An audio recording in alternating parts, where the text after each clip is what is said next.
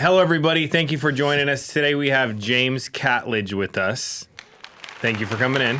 Great to be here, Andrew. All right, you guys are in for a treat. We have spent hours talking about James Catledge's story, and you guys are going to be shocked, but the reason I wanted him in here, even though he's not working with Family First Life, you started in life insurance how long ago? 1993. And what was your career like in life insurance? It was phenomenal. It's the greatest career of mine. I mean, I can't imagine a better career. Net worth, $110 million, 100% of it in financial services, 100% of it in team building and financial services, airplanes, houses, the family was in great. In your 30s? In my 30s, by 35. And you worked with who? Hubert Humphrey was my direct mentor.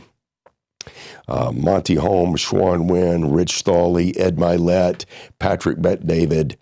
These are my peers. You recently saw Patrick Bet-David. I did. I was back at his sales leadership conference. And he was learning from you at one point. Well, it's interesting. I'm 9 years older than Patrick. He entered the business when I was at my peak over at World Financial Group, World Marketing Alliance. He arrived in the business, got his licenses, and was a go-getter animal beast from the beginning. And so he was studying all the legends, studying all the greats. He was studying Ed Milet, Jeff Levitan, James Catledge, and all the others that had come before us. So Patrick was going to be great. Now, through us talking for hours and hours and hours, because I've been so interested in this story, I've learned a lot about the beginning days of life insurance, which I still believe it's the most beautiful industry ever created. Yeah. And we're going to talk about that. By the way, this is the shirt you got me. Right. And this Transamerica got me this hat last year. And you gave me this shirt from the Masters last year, but just about a year ago. Right. Decided today would be a good day to wear it. Yeah. Now, we're going to get into this, but I was interested when I met you because you were at the peak of your career with how many kids do you have? 6 kids. 6 kids. Yes. You're all grown. You're in your 30s. Yep. You have a plane. Drew, can we pull up this plane? This is my airplane? When you got my airplane? Yeah. When you showed me that you had your own airplane in your 30s and you were traveling around, so you got this King Air. How much does this thing cost? $3.5 million to purchase it. And we put $1 million on the interior and $1 million on the exterior with engines and paint. All right. When I saw this picture right here, go back, Drew. How young you were. Yeah, that's an old picture. Killing it in life insurance. Yeah, look at my BlackBerry on my belt. Tells you how old that picture is. Yeah. Okay. Now, life is good. Yeah. You're doing great. Yeah. And the reason I've been so interested in your story is because you had some terrible things happen, misfortunate things that most people wouldn't recover from. Right.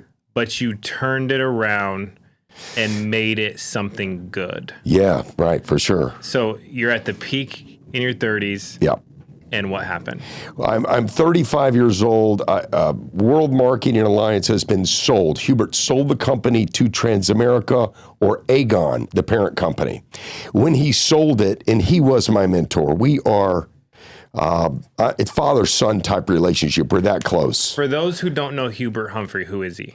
He's the founder of the business we're in. I mean, he's the one that made the ability to override other insurance agents possible. He's recruited 1.8 million people through our A.O. Williams organization, World Marketing Alliance, WFG, HGI.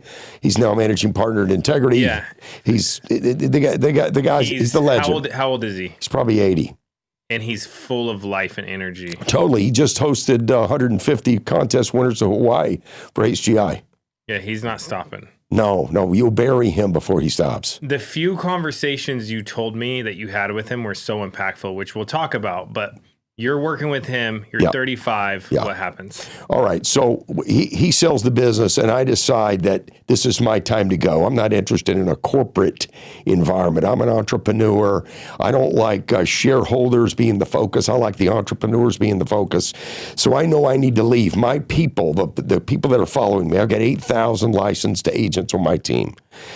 Their opportunity has now shifted because distribution, which is the salespeople, is now owned by the manufacturer of the products. It's a complete conflict of interest as far as I'm concerned. And I could see that in my 30s, that if you work for the manufacturer of the products, you're going to sell a contaminated product. It's the one that's ginned up for shareholders, not for the client, and certainly not for the agent. So I broke out on my own, formed a company called Impact Net Worth. I wanted to impact people's net worth. So lots of people follow me out of World Marketing Alliance. Litigation follows because I was the biggest guy to ever leave that company. Okay, so you get sued. I get sued. I respond with a lawsuit because I think they're interfering with my business and my freedom to run a business, as an entrepreneur. Typical leaving IMO. Yeah, right. Yeah. So we end up settling the lawsuit. They end up paying me for my code number. And they paid me for several years, the overrides on my code number while I built my business. So that was our settlement because I was right and they were right. And so the settlement was, you built this. We would normally buy it from you. We'll just buy it from you now that you're gone. So that was the agreement. They paid me for several years. They basically financed the build out of Impact Net Worth. Okay. That ends up being about 8,000 agents. Again, it's headquartered in Las Vegas. We're doing great. We buy the plane about year 1 or 2 in because I already had substantial savings and net worth. Now you're recruiting and selling IULs. I am recruiting and selling variable universal life insurance and variable annuities, and index is just kind of coming into vogue. Okay, so index annuities were not It's just coming in. It's just coming in. People are starting to understand it, not quite understanding it, how participation rates work, all that stuff. But it's there, and it's on the menu of options. But we really know the VUL and the variable annuities. So we're selling that stuff, and I get approached. And this is where I make the mistake. This is my error. And this is a lesson, I think, to anybody listening who thinks they're a high flyer and they're getting after it and maybe thinks they're beyond scrutiny. So I'm running and gunning, running my own business, making the decisions. I've got a wonderful executive staff that together we run this company. Really high qualified, great people that were with me prior. So they rolled with me out. I get approached by a real estate developer who builds hotels in the Caribbean. They've partnered with Maxim Publishing, Maxim Magazine, the men's magazine. Maxim wants to build hotels for their celebrities. Is that the magazine you were reading in the plane? No. Well, okay. That magazine may have been on my lap. Yeah, Maxim's a big part of what we were doing. So Maxim, and everybody's familiar with Maxim because you've seen their magazines on the shelf. They are not a developer. They're a great brand who wants to be in the hotel development business. I don't know anything about hotels. What I'm great at is building leaders who sell financial services. What ends up happening, Andrew, is we sell for this developer $180 million worth of condominiums. They build 3 hotels for Maxim. They're called the Maxim Bungalows. You can Google them today. You can go stay in them today. In year 5, we did this for 5 years. We made a lot of money selling real estate as a part of the mix of our financial services. Mm-hmm. This was the mistake. We were selling real estate with insurance. It's like, we don't have any background in this. I'm trusting the partner, the developer. Well, they quit paying our investors their yield. So I have to sue them. It takes months for me to decide this, but I sue them. You're raising money. We raised $180 million in 5 years. They built the 3 hotels. They built the 3 hotels. Yeah. But they stopped paying the investor. They have a yield that goes to the investor. And they quit paying that yield. So the investors are naturally concerned and they look to us we take them. Yeah, we take them to this investment. So they don't really know or get involved unless it's with us. Well, In the end, my lawsuit where we sue on behalf of the investors, I spend the money, I pay the money for the lawsuit. 644 clients are with me in the lawsuit. It's a federal case in Miami. In that lawsuit, the judge rules, I don't want to proceed with the salespeople suing the developer they were selling for. That's a contaminated lawsuit. It's filled with conflicts. I believe something's gone wrong here financially, and I don't know if it's the selling or if it's the developer. I don't know. So I'm referring this to the Department of Justice, the SEC, and the IRS. And so that's when my world shifted forever. These three government agencies decide that the developer and I should be the target of the investigation. And what happened? I'm not. Well, first of all, what were you thinking when this happened? Well, I'm thinking that surely you're going to get it. You'll be okay. Yeah, surely people will read the emails and flip over the documents and realize that this was all lawyered up properly. All the documents are right. The consumers are protected. The clients themselves, I protected them by paying for their lawsuit. I mean, I'm doing everything I can in my mind to protect them. So this can't turn into much. IRS flies in, IRS enforcement to my CPA's office. My CPA stands in the box and says, not this guy, he pays his taxes. I'm happy to review anything with you. So they spend 2 weeks in his office with badges and guns, going through all my tax returns over a 3-year window, because that's the law, and we get a clean bill of health. So we're clear from the IRS. SEC says this could have been a security, and your people aren't securities licensed. Therefore, you may have been selling a security without a license. So that's a risk. And they would like to sue on that count. You know, everything's a securities without, if you don't have the license, right? They deem everything as a security. So they're going to sue. They just haven't yet. But the big one, the dangerous one, is the Department of Justice. That's the FBI. That's the prosecutors. That's heavy. That's jail time if it doesn't go right. And what happened? Well, I haven't done anything wrong, so I'm not about to acquiesce to the government's wishes. They actually began investigating, and the way an investigation works is they start at the perimeter. They don't call you if you're the target. They call everyone you know, and they work their way in slowly doing interviews. And after all those interviews, they then reach out to you or your attorney to talk to you. Well, we never get there. I hire a criminal defense attorney here in Las Vegas to proactively reach out to them and say, why don't you just set up a meeting? Let's just help them understand what happened. Let's sit with them. And he says, James, that's not a great idea. You're going to basically give them all the ammunition to indict you. I said, well, I haven't done anything wrong. So there's no ammunition. I can't load a gun. There was no bullets. So I'm not worried about that. He goes, you don't understand how it works. You're naive. You have no idea how this works. They need an indictment. People lost money. You're the richest guy in the enterprise. Your partner also has dirty hands. So they're coming for you. And by going and giving them all the information, it's just not a good idea. And I said, well, I just totally disagree with that. I know you think that way because every day you deal with dark people. Every day you deal with people who have done bad things because you're a criminal defense lawyer. I've not done anything wrong. So since you work for me, would you set up the appointment, put me in the room, and if you want to defend me, you come in the room with me and let's have the conversation. So I demanded the meeting.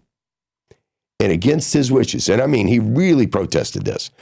We spent 14 hours in a San Francisco federal office. I've got a name tag on that's got red and white stripes on it. Everybody else's name tag's normal. And it's clear I'm the problem in the room when we get there. They literally, it's a different name tag. How old are you at this point? 34.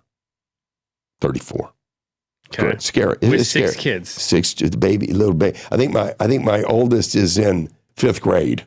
I mean, it's scary.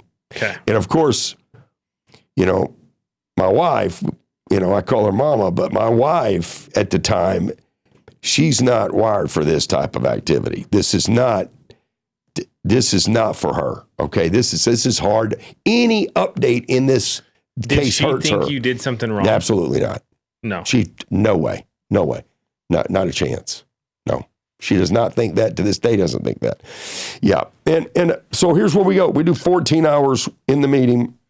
Everybody's transcribing the meeting. We've got a forensic FBI agent. I've got a prosecutor in the room, assistant U.S. attorney, and the two agents assigned my case. Young men, about my age, maybe a little younger. And I just get the feeling like, if we could just get to it, you guys understand what happened, and you can get on with going after where the money went. Yeah, go after the bad guys. Yes, because all checks are made out to the developer, all the money spent by the developer, our commissions are paid from the developer to us. To you. Yeah. So it just doesn't seem like there's any way in the world to twist this thing into we did something wrong. That's my belief. But at the end of 14 hours, I leave, we debrief over coffee. My attorney and I said, how'd you think it went? He goes, terrible. Terrible. I said, and I just felt completely the opposite. I said, what do you mean terrible? He said, James, you just gave him everything. I said, should I hold back? I mean, what are we here for? He said, yes, you should hold back. You told him everybody to interview. He goes, some of those people will be threatened and told they too will be indicted unless they go along with the government's theory. You gave them every name. You gave them everybody to call. You gave them your top guys. You gave them your second tier guys. You gave them your corporate staff. How many of those people want to go to jail? I said, none. And they shouldn't. They've done nothing wrong.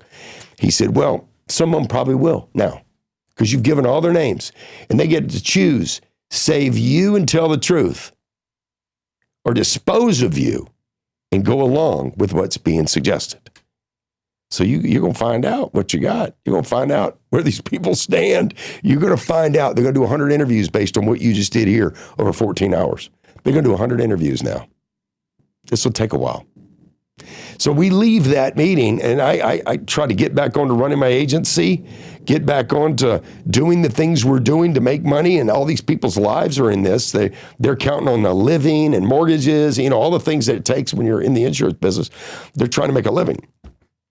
And but it's a dark cloud, Andrew. It's a dark cloud. It's heavy. Now, how were you? How concerned were you at this point? Well, my attorney keeps scaring me. He does keep scaring. He's very effective at scaring me to death. I just think he's so in that world. He sees through jaded lenses. That's my view of it. So I'm an optimist. Are you losing sleep? No, I'm not yet losing sleep. Not yet. This begins in 2008. No, excuse me, 2009. I sue. 2010. The feds began investigating. 2012. So 2 years later. 2012, they call and say, we'd like a meeting with your client. The feds do. And so it's going to be on a kind of like a Zoom call, but it's not Zoom back then. It's something else. It's some of the video ability to all see each other. And we have this call. And I'll never forget, my son's working out. I've taken him, he's on the football team. So he's in a private workout with a coach. And I'm in the parking lot waiting for him. And I scheduled this call knowing he's got an hour in there and I've got an hour for the call.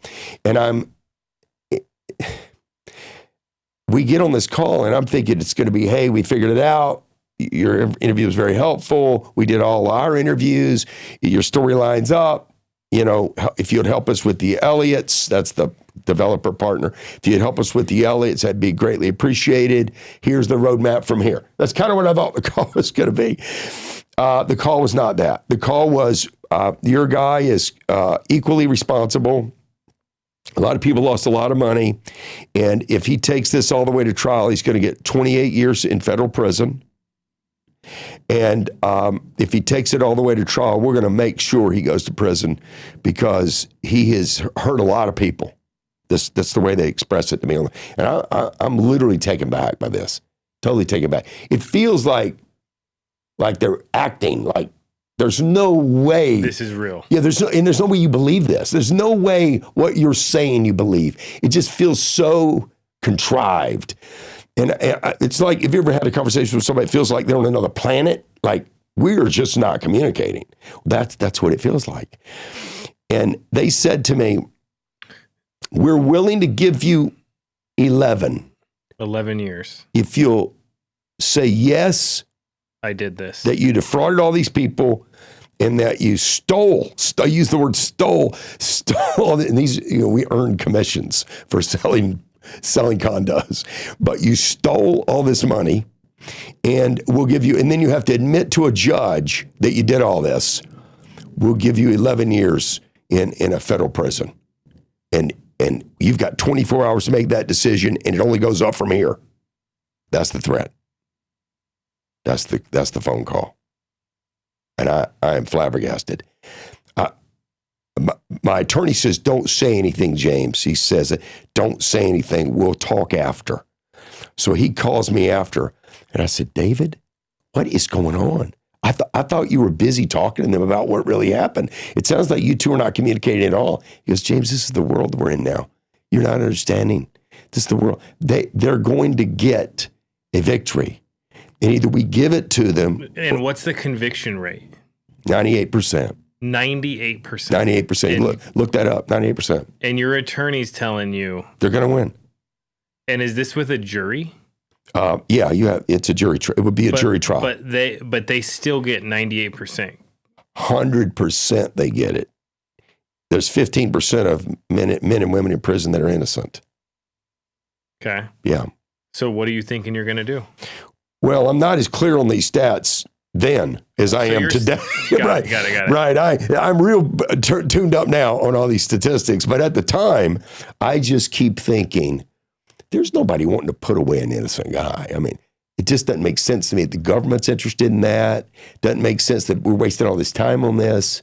I mean, these people have lost money because we've now shut the hotels down because of this federal lawsuit. So there's no money coming in now. So it just seems like we've lost track of the victims here, and we're now really keyed in on taking guys down that didn't do anything. And so he says to me, James, my attorney calls me David. He says, I've got Richie and Robert here too. There's the other two attorneys in the firm. They always do it together. He says, we think you should take it. I said, well, I don't think I should take it. That sounds like you're all crazy. What? No way. I won't do a day. I won't do a day. I said, tell me how much time I should agree to as an innocent person.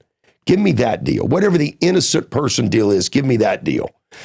And they said, James, you're just, just not seeing things clearly. We'll tell them no. Is that what you want us to do? Tell them no? I said, yes. Tell them emphatically no, and that we're going to go all the way to trial. Just make sure they know that. And again, I'm operating. I don't know. I'm a young guy. I don't know. And I feel like they're not real good advocates. What did your wife say then? No, I do not debrief her on all these little meetings. No, it would crush her emotionally. She couldn't operate as a wife and mother.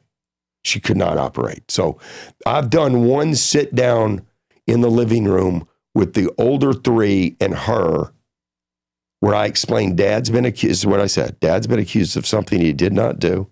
He's going to fight it. And it won't affect you guys at all. But Dad's going to be fighting a case you may see it in the newspaper. Your friends may bring it to you from the newspaper.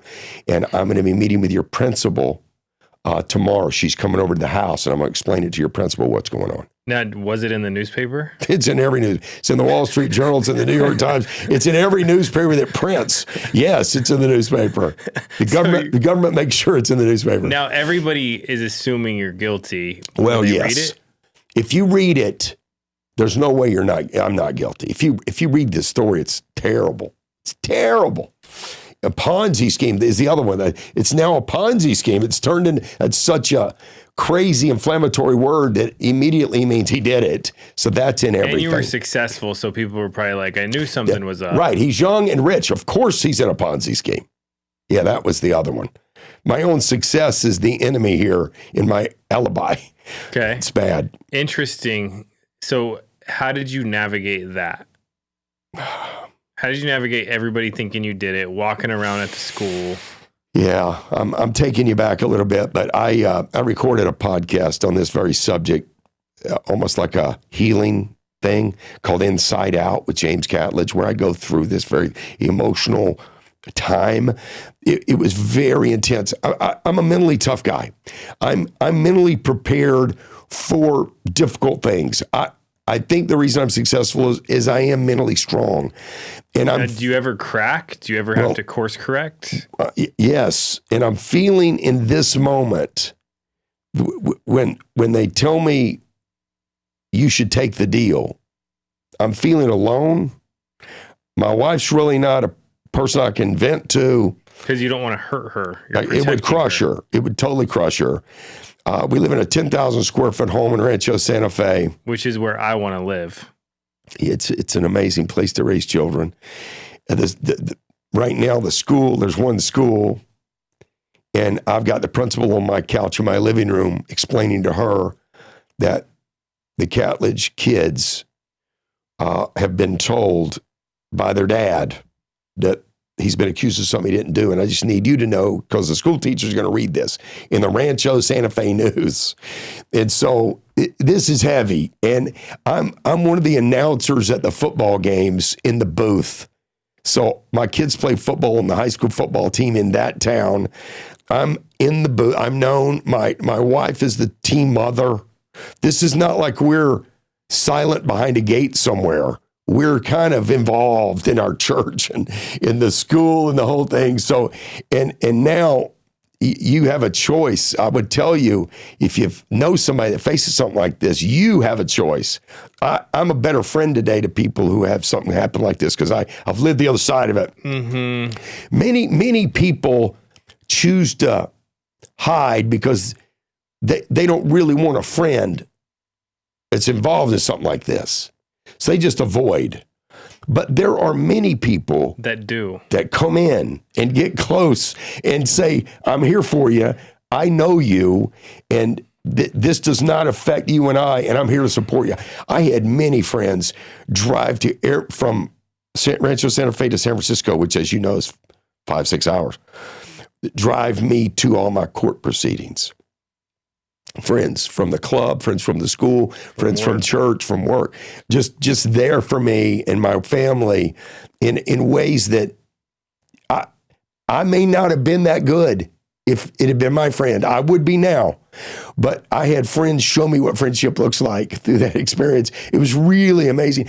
And you had friends completely just stop talking to you, I'm sure. Just when they weren't friends, but I thought they were. They'd been on the plane. They'd been to Augusta. They'd been to Super Bowls with me. People who I thought were in my inner circle because I was wealthy. And that gets fleshed out real quick. I will tell you, though, the lowest moment, because this is a profound pivot for me. I'm doing what I can to stay busy, which I recommend if you're under tremendous stress. Stay busy. Don't let it spiral. Oh, so good, dude. Yeah, stay very busy, productively busy. I did two things. I got real fit, where you could actually see the abs. Okay.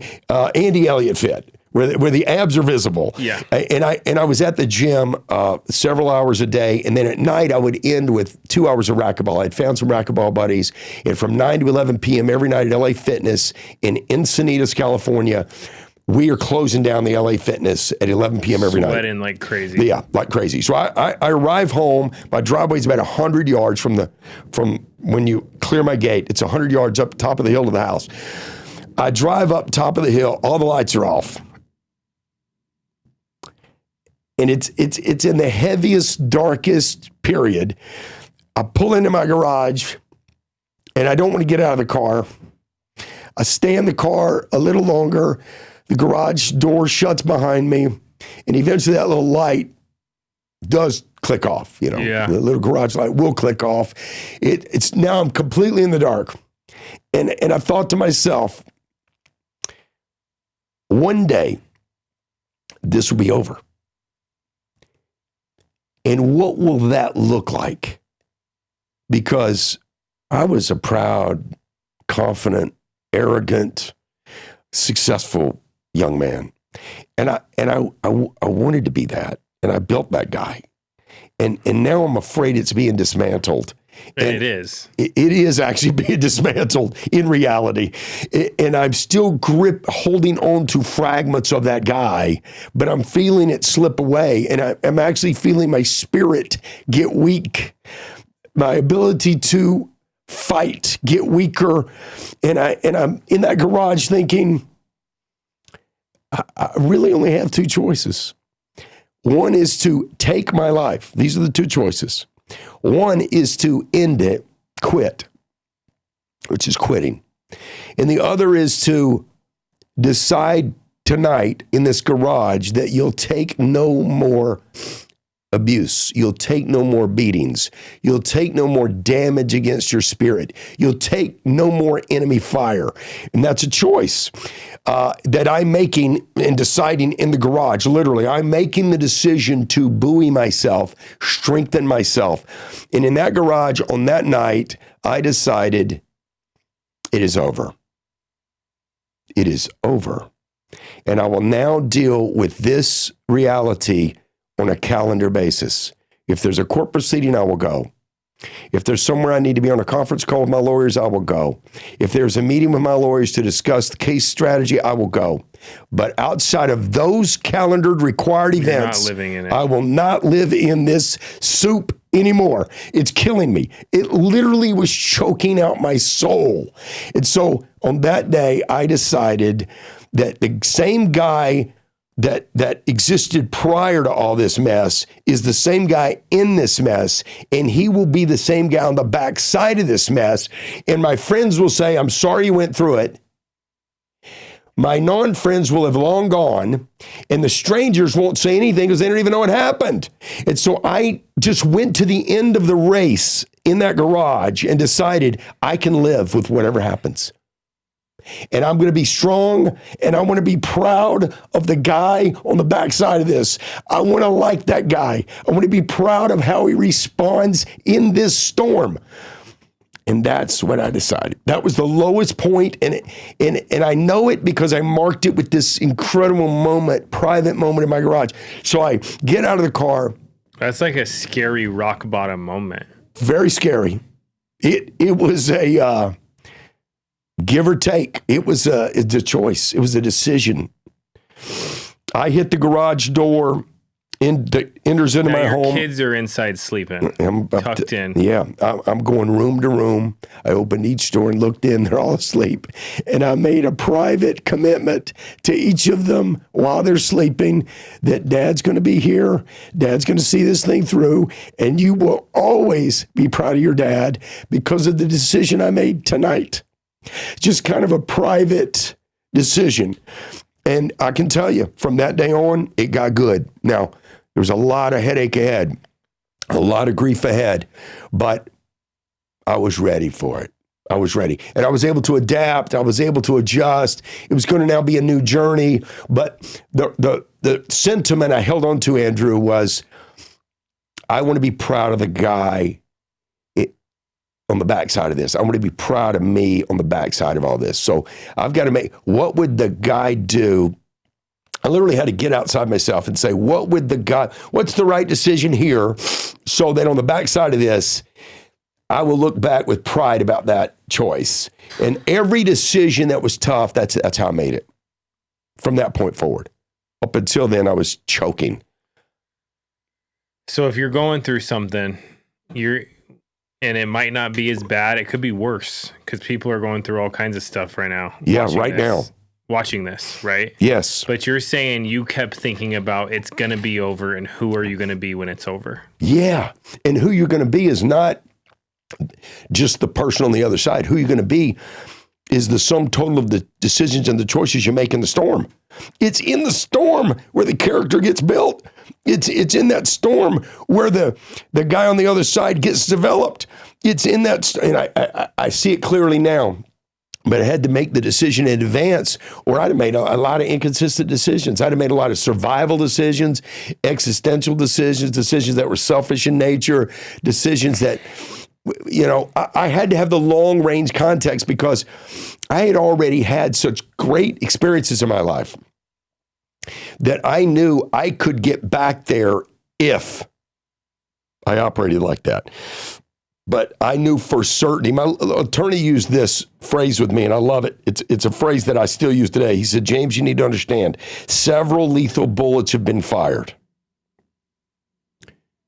You may survive them, but you're going to take on wounds. There will be bullets arrive at your torso, and your ability to survive them will depend on the choices you make, on the way you see this, the perspective you have during this. So lethal bullets were fired, and now what? All right. I want to go back to the car. Yeah. How did you not waver later and let those things creep back in and bother you? It's a great question. I don't really know that answer fully. I just know that I was so broken that night with the heaviness of it. It was heavy, man, that I made I'm a pretty stubborn guy. You know me. I'm a stubborn, rigid, firm, confident guy. So if I'm heading in a direction, it's really going to take a lot to move me off of it. So I just made the decision in that car that there was a lot of people counting on me. I was counting on me. And I just, the consequences were too dire to not proceed with boldness in that direction. And, each meeting thereafter, I think built the confidence that this was the right path. I mean, I met with the principal and she said, hey, we'll take care of the kids. We'll meet with the teachers and let them know. And I want you to know I believe your story, she says, which whether she did or didn't, I don't know. It doesn't really matter, but it felt good to know that I had people that believe me. In a moment like that, you just need people to kind of be with you. And so I found those people. And another strategy I found along the way is if you remain a lifter and an encourager, someone who's actually optimistically trying to help other people, just literally lifting all the time, and that's my personality anyway, it makes your stuff lighter. It makes the stuff you're dealing with much less significant. And I just found great energy. Yeah, you could say it like that, but it sounds a little religious, or it sounds a little altruistic, or whatever. But it just gets your mind off yourself. That's it. It just in the rawest sense. If I can be interested in helping you because you're down, and I usually see in the eyes if somebody needs some encouragement or needs a compliment or needs something from me, I just began to get good at looking for that because from a selfish standpoint, it helped me. It just helped me. I know it would help you. That's the obvious benefit, but it was helping me. Yeah. Yeah, this became my survival strategy. If you can focus on other people, you can't worry about the things you're worried about. That's 100% right. People, and it's fulfilling. For sure. There's some juice that comes from that. Some chemical release, dopamine, serotonin. Along with working now, with these other things. Right. I did go see a therapist during this too, because my attorney recommended. He said, go see somebody, get an executive physical, and go see a therapist, and share with them what you're going through, and see if they don't have some type of strategy for you. And one of the strategies was get extremely fit physically, and get yourself involved in a project that you're passionate about. She says, if you're an artist, if you're a writer of music, if you're in business, if you're all of those things. And so that's what I did. I used that strategy too. It was very helpful. That's awesome. It lasted a long time. That's awesome. All right. Now, I've asked you a lot of questions because I've been interested mainly in the way you responded to everything and then where you're at now. Yeah. And then also where you were. That's a whole nother topic we're going to talk about, like how you got into insurance, what real recruiting was like. Yeah. But what happened after that? Because when I heard this story, I was like, dang, that's a crazy story. And then it got crazier. Yes. Like, dude. Yes. Drew, what do you think about this? Right. You watching this? Oh, yeah. Are you kidding me? Yeah. It's, my eyes are like wide open. Right. Yeah, it's good. All right. What happened next? Well, I'm not guilty of anything, so I refused to go along with that plea deal of 11. So they come back 2 years later. and say, they've indicted me now. They indicted me October of 2012. Okay. They come back 2 years later in 14 and say, we'll do 8. And I said to my attorney, I said, I thought it only goes up. Why is it going down? And he said, I don't know why it's going down, but I think we should take it. I said, I'm not doing a day. I won't take 8. Get me down to the probation. Get me down to the deferred prosecution. Get me down to the he didn't do this stage, because they're still locked in on the narrative. They're locked in on the narrative. 8 years. So I'm not, no way. So they go away again. Prosecutors replaced, retired, new prosecutor comes in, doesn't even know the case, catches up on the case. This is now 2000, guys. This is so. Were you relieved when the prosecutor retired? Yes. You're like, oh, it might be over. Someone with reason may enter into the picture here. It really was like a hopeful moment, like, thank goodness, this is the break, the final break I needed. No, not true. And by the way, meanwhile, I'm living my life. I have a full life now. I've developed a new company called Search Control that manages search online presence. I've developed a technology called you weren't allowed to be in. I sold the agency. Okay, you sold the agency. I sold the insurance agency. And was during the indictment, I'm assuming they didn't want you selling variable products. Was that well, a thing or yeah. The SEC wanted my licenses. Okay. So yeah, I'm not in a position to actually sell financial services. So I developed this technology. My brother-in-law is running the company. We're making money. I'm involved in a life, okay? And I'm making money for my family. And we've moved from a big home to a home that overlooks the ocean. It's not as big, but it's a little more affordable. And so we're still in the same neighborhoods. Kids are still in the same schools. They've not been affected. They're getting older. Everybody now understands dad's in some type of lawsuit. You know, it's turned from newspapers now quit writing. We're beyond all that now. It's not exciting anymore. No, this thing's apparently gone by, but I'm still living with this dark cloud, but I'm now healthy. I'm making great decisions about this. I'm thinking creatively. I'm thinking about my future. Yeah, I'm thinking about my future. I'm thinking this could go away. Pause real quick. I went to one of Patrick Bet-David's conferences. And he brought his family on stage. Yeah. And he asked each kid what they're looking forward to. And his whole message was,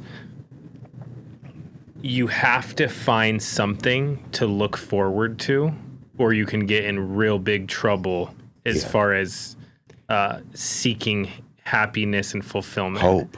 And one of his... I think it was a niece or something. He said he asked her at home, and she said, I don't have anything to look forward to. And so he worked with her on finding things for her to look forward to. Yeah. And you saying that made me remember that, because you just said, now I'm healthy. Now I have things to look forward to. Yes. Yeah, that's right. And that's literally the way I felt. I mean, I'm hopeful that things are going to work out. It's different, but we're surviving, and it looks like I figured out who the friends are. I figured out who the friends are not. I'm now reading what they call 302s, all the 100 interviews that were done. I can kind of see what people said in these interviews, which is quite revealing. Are these depositions? The 302 is an FBI deposition with a witness, a potential witness. So if they went and interviewed all my salespeople, and they interviewed many of them, and you're seeing it doesn't look that bad.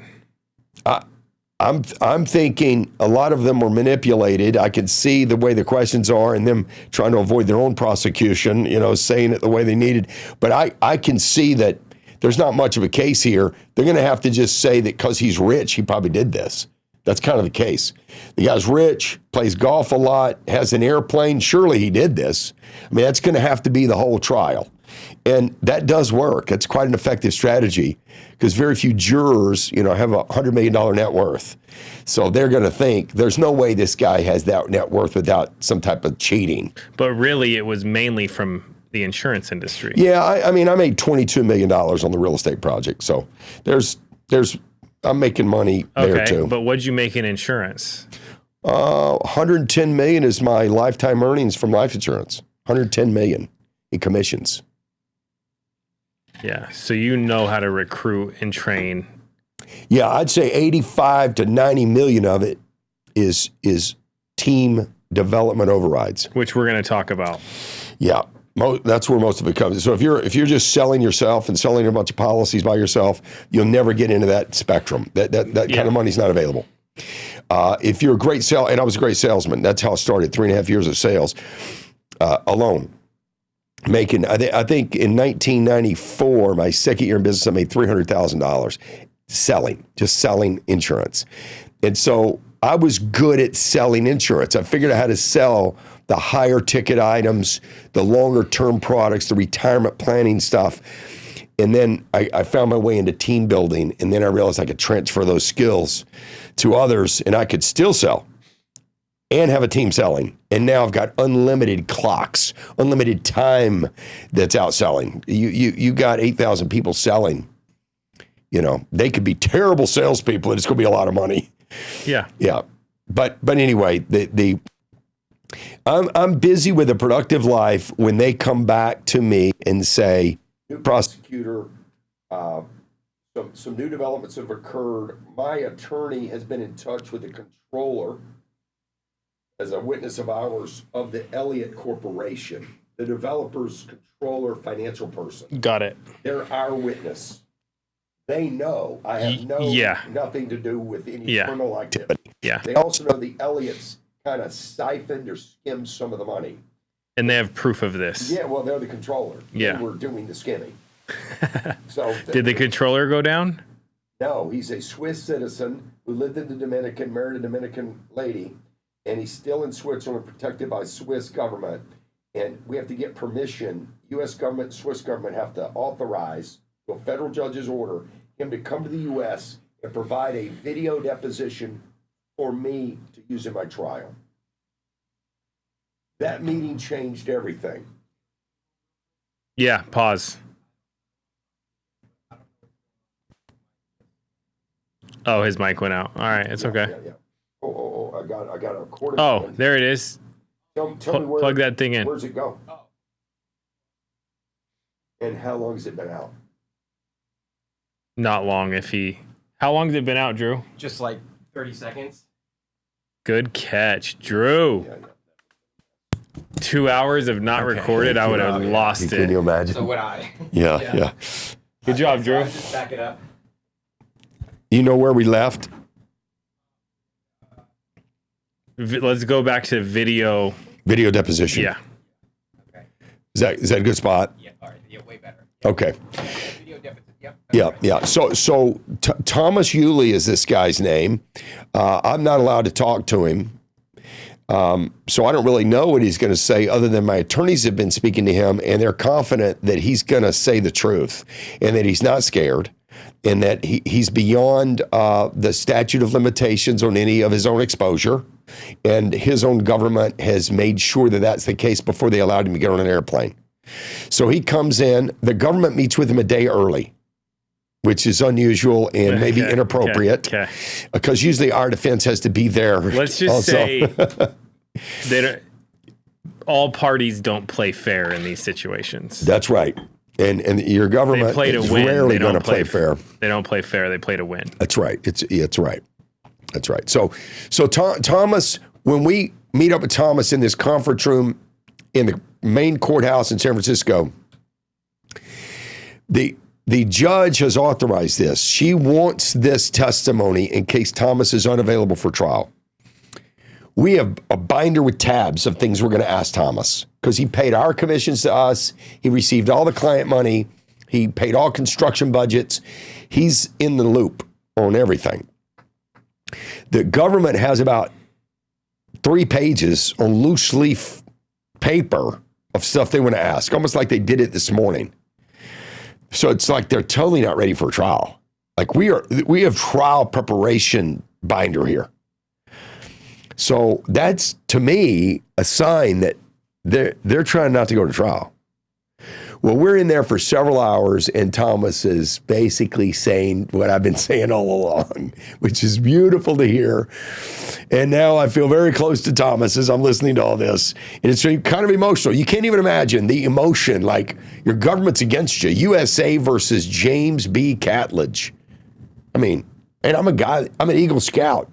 I got the flag stuck to the side of my house, okay? I am a flag guy.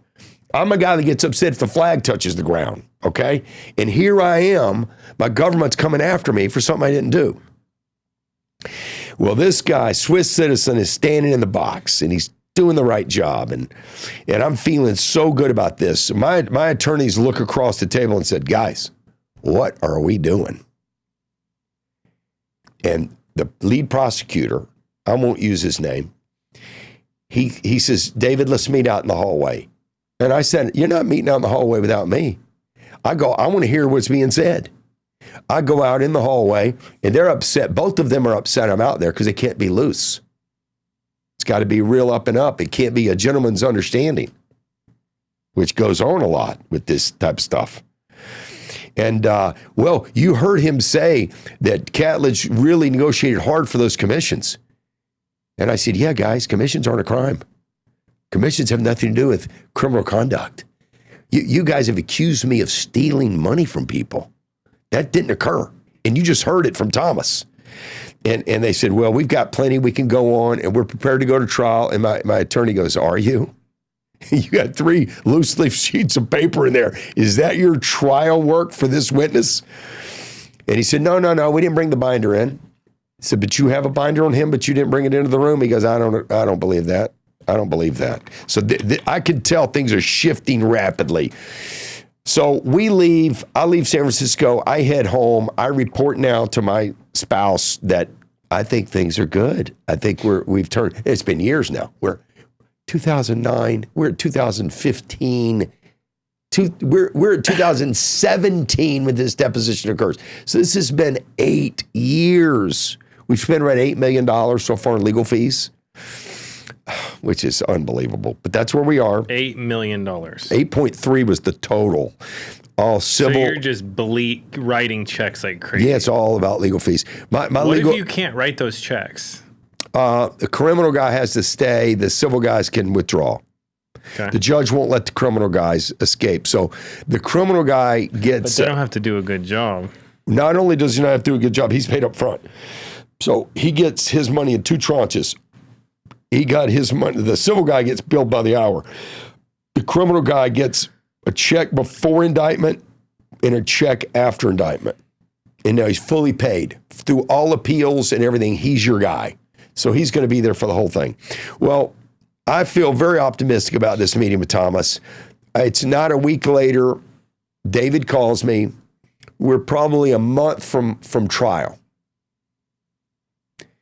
And I'm feeling like, man, not only do I feel good about trial, I feel like I can win and I can be acquitted of all this.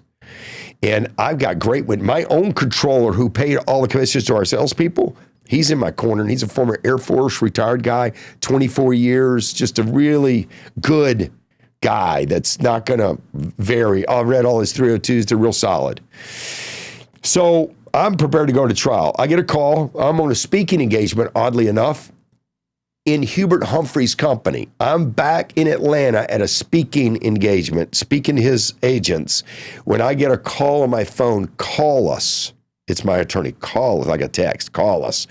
So I go back to my room and I know something's broken here in the story.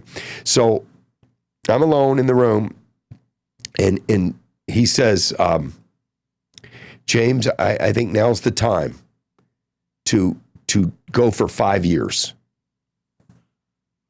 I said, go for 5 years? Go where for 5 years? He said, let me negotiate a sentence of 5 years. I said, I thought we're going to trial and we're going to win. He said, James, we're not going to win. Don't dilute yourself. The government always wins. The government won this the day they filed the indictment. We had a shot before they indicted. After that, it's 98-2, 98%. You got 2%. 2%. Now, could you get out? Did he say you could get out before 5? Here's what we negotiated on the phone in that room. I agreed to give him the opportunity to negotiate from 0 to 5. 5 was a cap. No matter what the judge does, if the judge tries to change it, we go to trial. But we're going to agree to 0 to 5. We're going to argue for 0 because we have the evidence to show. Now, does the judge make the sentencing? judge sentences you. Okay. So the judge could say, I don't like this. And so you're good. Go. You're going to trial. Your facts deserve a trial. But what if she says 1 and the other party says no? No, it's okay. Judge decides. Judge decides. We're going to argue 0 to 5. They're going to argue 5. Prosecutor's going to argue for 5. So it just narrows down what can happen. 5 is the cap. And the judge, this isn't decided by jury. This is decided by judge? This is a plea deal where I have to agree to a set of facts. This is the other part of the arrangement. I have to agree to a set of facts that are a crime. And it is that crime that she can agree to the plea deal. What were those? Briefly. Mail fraud, which is crazy. They went into the book. What is mail fraud? Mail fraud is use of the mail while a fraud is being conducted. Okay. And here's how a funky rule. It's the catch-all. It's mail fraud, securities fraud, wire fraud. Wire fraud is if you used an email in the perpetuation of a fraud. That's wire fraud, an email. So here's mine. We had to agree to what they call a statement of facts that would be read into the judge that has to meet the 4 corners of a law. And if that is a break of a law, the breaking of a criminal law, then they can find you guilty and you can do a plea bargain to say, I did that and, please sentence me. And so if you refuse to say you did something, they can't sentence you. We have to go to trial and let a jury decide. But if you're willing to say you did something, then we can go 0 to 5. Yeah, that's right. We can fight 0 to 5. So I agree. And they show me emails, and this is really cool. They said, you told the Elliots what to say when they mailed the checks to clients. We've got the emails where you said, show the clients pictures of the upgrades, show them pictures of the development, show them pictures of the rooms, all the updates. Close the deal on the back end. You were telling them how to close the customer down. Well, they're mailing money to the client on a quarterly basis. So you're saying give them updates. Give them an update. Give them a newsletter. And so I'm perpetuating the fraud by constructing the email language. That's mail fraud. Okay. And so I agreed I did that. And I agreed to that in a statement of facts. And that had a tendency to lead people to actually invest their money. Hold on. I got a question. Drew, what do you think happens next? He gets off? You guys hear me out there? Yeah. Yeah. I don't know. The way this has been going, with a 2% chance, I think it's going to go to trial. Well, okay. All right. Keep going. I just meant, you heard this story so far. Does he get off or does he go to jail? Well, for that statement of facts, I don't know.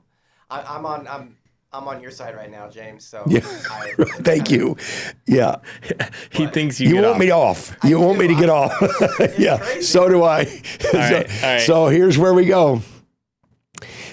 We agree to the statement of facts. It's almost like playing Wordle with the feds, trying to figure out which words mean enough to actually be a breaking of a law. For the judge to be okay with it. Yeah. Well, the prosecutor knows that they can't take a weak, soft plea and so they want it to be worded properly. You want it to be worded properly. It's got to be somewhere in the middle. It's got to be something that I can say I did, because I don't want to swear to a judge under oath that I did something I did not do. That's the other thing I kept telling my attorney. Hey, listen, you can't ask me to tell a judge that I got in a smoke-filled room and talked the Elliots into stealing a bunch of money. That cannot be what you want me to do. What if I change my mind and decide to tell her the truth? What happens to you? That's what I kept thinking. I wonder how many people just have taken that, though, before. Many. They go, dude, I can't do this anymore. I did it, and they may not have done it. A lot of people. There's stories written all the time. I now track stories like that because it's real to me. So it really matters to me when people say they did something, and they may not have. Don't just go with the idea that somebody pled guilty, therefore they are. They may have pled guilty to survive. They may have pled guilty to finish their life with their children. They may have pled guilty to get to their daughter's wedding. People plead guilty for all sorts of things, and sometimes they're guilty, and so they plead guilty. But it's not just, oh, well, he pled guilty, therefore he is. That's not true. Yeah. So here we go. We've got everything done. I am now have to go in and enter a change of plea because I pled not guilty immediately. in 2012. We're 2018. I now have to go in before the judge and same lady, same judge, federal judge. After 8 years, this woman has seen me every month for 8 years. She has heard me declare my innocence strongly through motions. Same judge. Same woman. Yes. How old is this judge? 78. Okay, so she's seen it all. She's seen everything. She's seen everything. She's seen the Ponzi schemes. She's seen the manipulators. She's seen the narcissisms. She's seen people that are good at deceiving people. She's been there the whole time. But I got the feeling through years of being in front of her that the way she questions my attorney and questions the prosecutor, I think she gets it. I think she understands what's occurred here. I feel like she understands the story. She really does. And it's complicated and it's long and it's many years. So I go in, she says, I understand we're doing a change of plea today. Is that right, Mr. Catledge? And I said, it is. She says, are you sure about this? And I said, I am. She goes, okay, very good. We go through what they do a change of plea. It's a formal process where you say you are pleading guilty. She says, I've read the plea. I'm not comfortable with it. And I'll tell you why I'm not comfortable with it. You've said you were innocent for 8 years. The government wanted to put you away for 28 years on this much money. You know, this kind of money requires that kind of time. They're willing to let you have 0 to 5. Something softened on their side. And your attorney is willing to let you go 0 to 5. It looks like he's worn out. She said, I don't know if this is what justice looks like. You may need your facts, your good facts in front of a jury. They may see things correctly. Our Constitution was designed for a jury to be a judge of the facts. You're basically giving up because of the length of time this has taken, and it looks like a compromise situation. She says, here's what I want you to do. I want the prosecutor team and Mr. Chesnoff's team to go out into the ante room and rethink this thing. Come up with something that actually looks like it's the truth instead of this.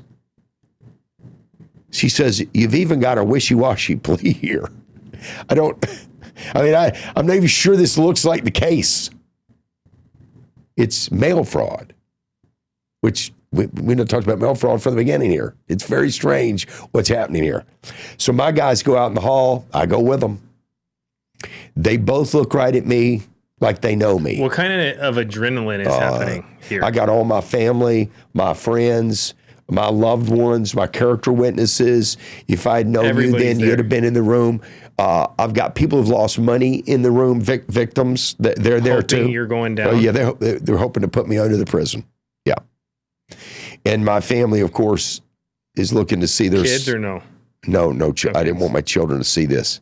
I didn't want this memory of their dad in their memory bank. Yeah. So I chose not to have the kids there. How old are the kids now? I got one in college at that time. The rest are in high school and middle school. Okay. But they're older. They're old enough to know this is not a good situation for dad. So this is what year? 2018. So 10 years after this all started? Yes. 9 years. Yeah. Okay. So I'm out there and they look right at me, both of them, their eyes barreling into mine saying, don't even think about it. I said, think about what? See, I'm thinking it should go to trial because the judge kind of said that. Yeah, the judge is pushing you to do it. And I'm thinking plus she's in charge of sentencing after trial. So I'm thinking she knows the truth. And if you lost in trial, could she give you 5 years instead of 28? Yes. Yes, she's a sentencer. But she follows the book. She does. The guidelines, sentencing guidelines. She's not going to go, I like him. She's going to go, this is what he was convicted of, and this is the what jury's found him guilty. Therefore, she'll look at the guidelines and give me something in there. But they said, James, you're close. We've negotiated hard. This is a fair deal. You argue for 0 to 5. We're arguing for you to get 5. Let's go. This is done. Do not let her get you 28 because she's a constitutionalist. That's kind of the way they put it. And both of them are saying But this. they're both like on the same team, looking right at me. And once again, I feel alone. I mean, it's like there's no advocacy here. All right, and what'd you do? I said, okay. I think in my mind they know. They're too determined. They know. And I don't know. They're too convincing. You can feel it. Yeah, man, they do know. And I know all along I'm a little delusional, a little optimistic. I lean on the side of optimism. I err on the side of believing the possible, not the impossible. So I'm gonna go with their judgment here. And so I go back in. She looks right at me, not them. She says, "What are we doing?" She takes her microphone, moves it aside and said, "Come up here." Moves her microphone aside, leans over her bench and says, "What are we doing?" I like this lady. I said, "I'm ready to plead guilty and accept responsibility for what I've done." She said, "Very good." Pulls her microphone back up and begins the formality of the procedure. She says, "Mr. Catledge, step back by where the defendant's podium is." Now, do you get put in cuffs at this point or no? Not yet. No. She goes through a whole thing about the law. He's pled guilty. I hereby find him guilty. He will serve time in a minimum security prison for 60 months. So be the court. So it is. Boom. Slaps her gavel down. So she just gave you 60 months? That's correct. And you were hoping maybe 12. I was hoping maybe 0. 24. I was hoping 0. So she goes, okay. If that's what you want, that's what you've agreed to. She didn't say I need to go think about it? No. Nothing. No, it was done seconds. Within seconds. Was it 60 months and you can get out early? No. Just 60 months. That's the way it works. She doesn't decide to get out early. My behavior will decide that, and the Bureau of Prisons rules decides that. Okay, so do you get put in cuffs now? No. If you are a white-collar criminal, and that's what they consider this crime, unless you're a danger to society or a flight risk, and after 8 years, they know I'm not going anywhere. You're allowed to go home, get your affairs in order. Kiss your kids. Yeah, get your stuff in a storage unit. Go see your dentist. Go get a physical. Whatever you need to do to get your... How much time do you have to do this? 60 days. All right, Drew, did you think this is where this was going? No. I didn't. Yes. So that's where it's going. What'd you tell your kids? I said, Dad agreed to end the lawsuit and worked out a deal with the judge. I'm going to go to what they call a camp and help other men for the next 5 years.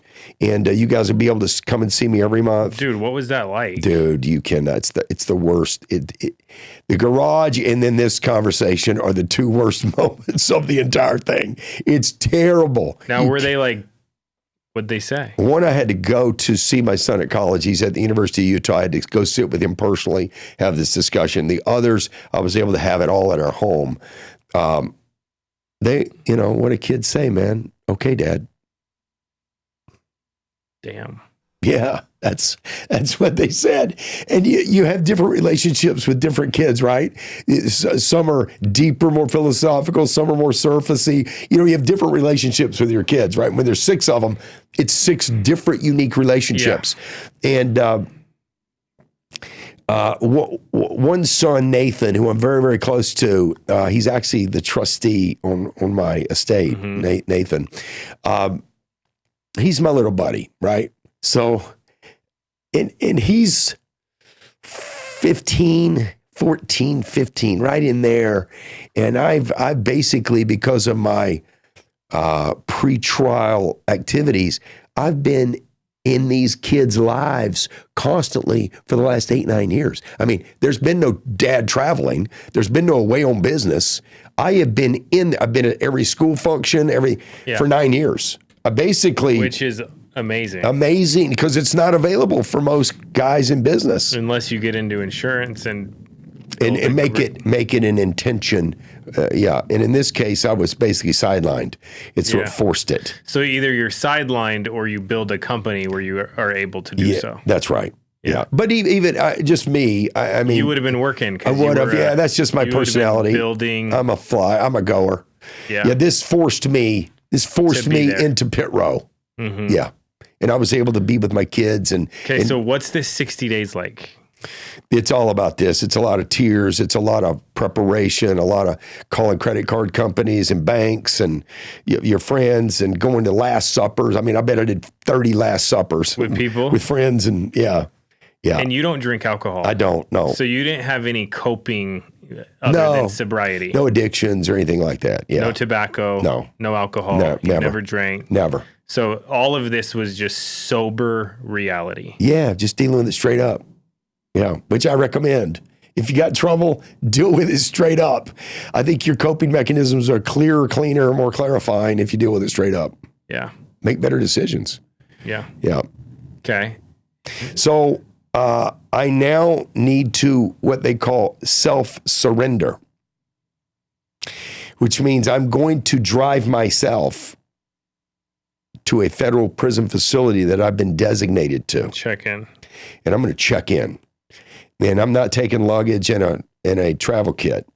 You go with the clothes you plan on never seeing again because they're taking them. And they're going to issue you clothes, and that is your new life. So my mother drives me there. My brother goes with us. It's my mother, my brother, not my kids. I don't want them to see this. My mother, my brother, and I drive from Las Vegas. I fly into Vegas, stay the night with my mom. Did your mom, sorry to interrupt yes. you, but did your mom through this process? She was a rock. Because that's how my mom is. Like if something's wrong. Total rock. Yeah. She's the one that gave me the courage to say yes to the 5-year deal. I called her and I said to her, they're willing to give me 5 if I'll do that. What do you think? She said, son, I feel good about it. And I thought, how can a mom feel good about it? Dude, that's amazing. But the fact she did let me find comfort in the idea that it's over. Yeah. And I can do 5. I mean, I can do, I can Did probably she say you could do it? Yeah, you can do 5. It'll be a good thing for the guys in there. You'll find purpose in there. It'll be great. Just you're ready. It's over. Let's just end this. Let's get you back to your life. And so I did. Now, did you say how early can I get out on good behavior? Yeah, I did all the math. I started meeting with prison. There's prison consulting guys. Is there therapists in there? There are, but you don't want to go to them. They're like the lowest rung of therapists, like the people who may be smoking throughout therapy training in the back.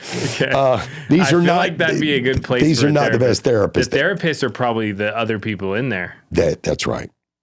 Yeah, you become a therapist. You'd be a therapist. I was a therapist. Yeah. Or maybe you were getting therapy from talking to other people you didn't lifting even know and encouraging, receiving the benefits of that. Yeah.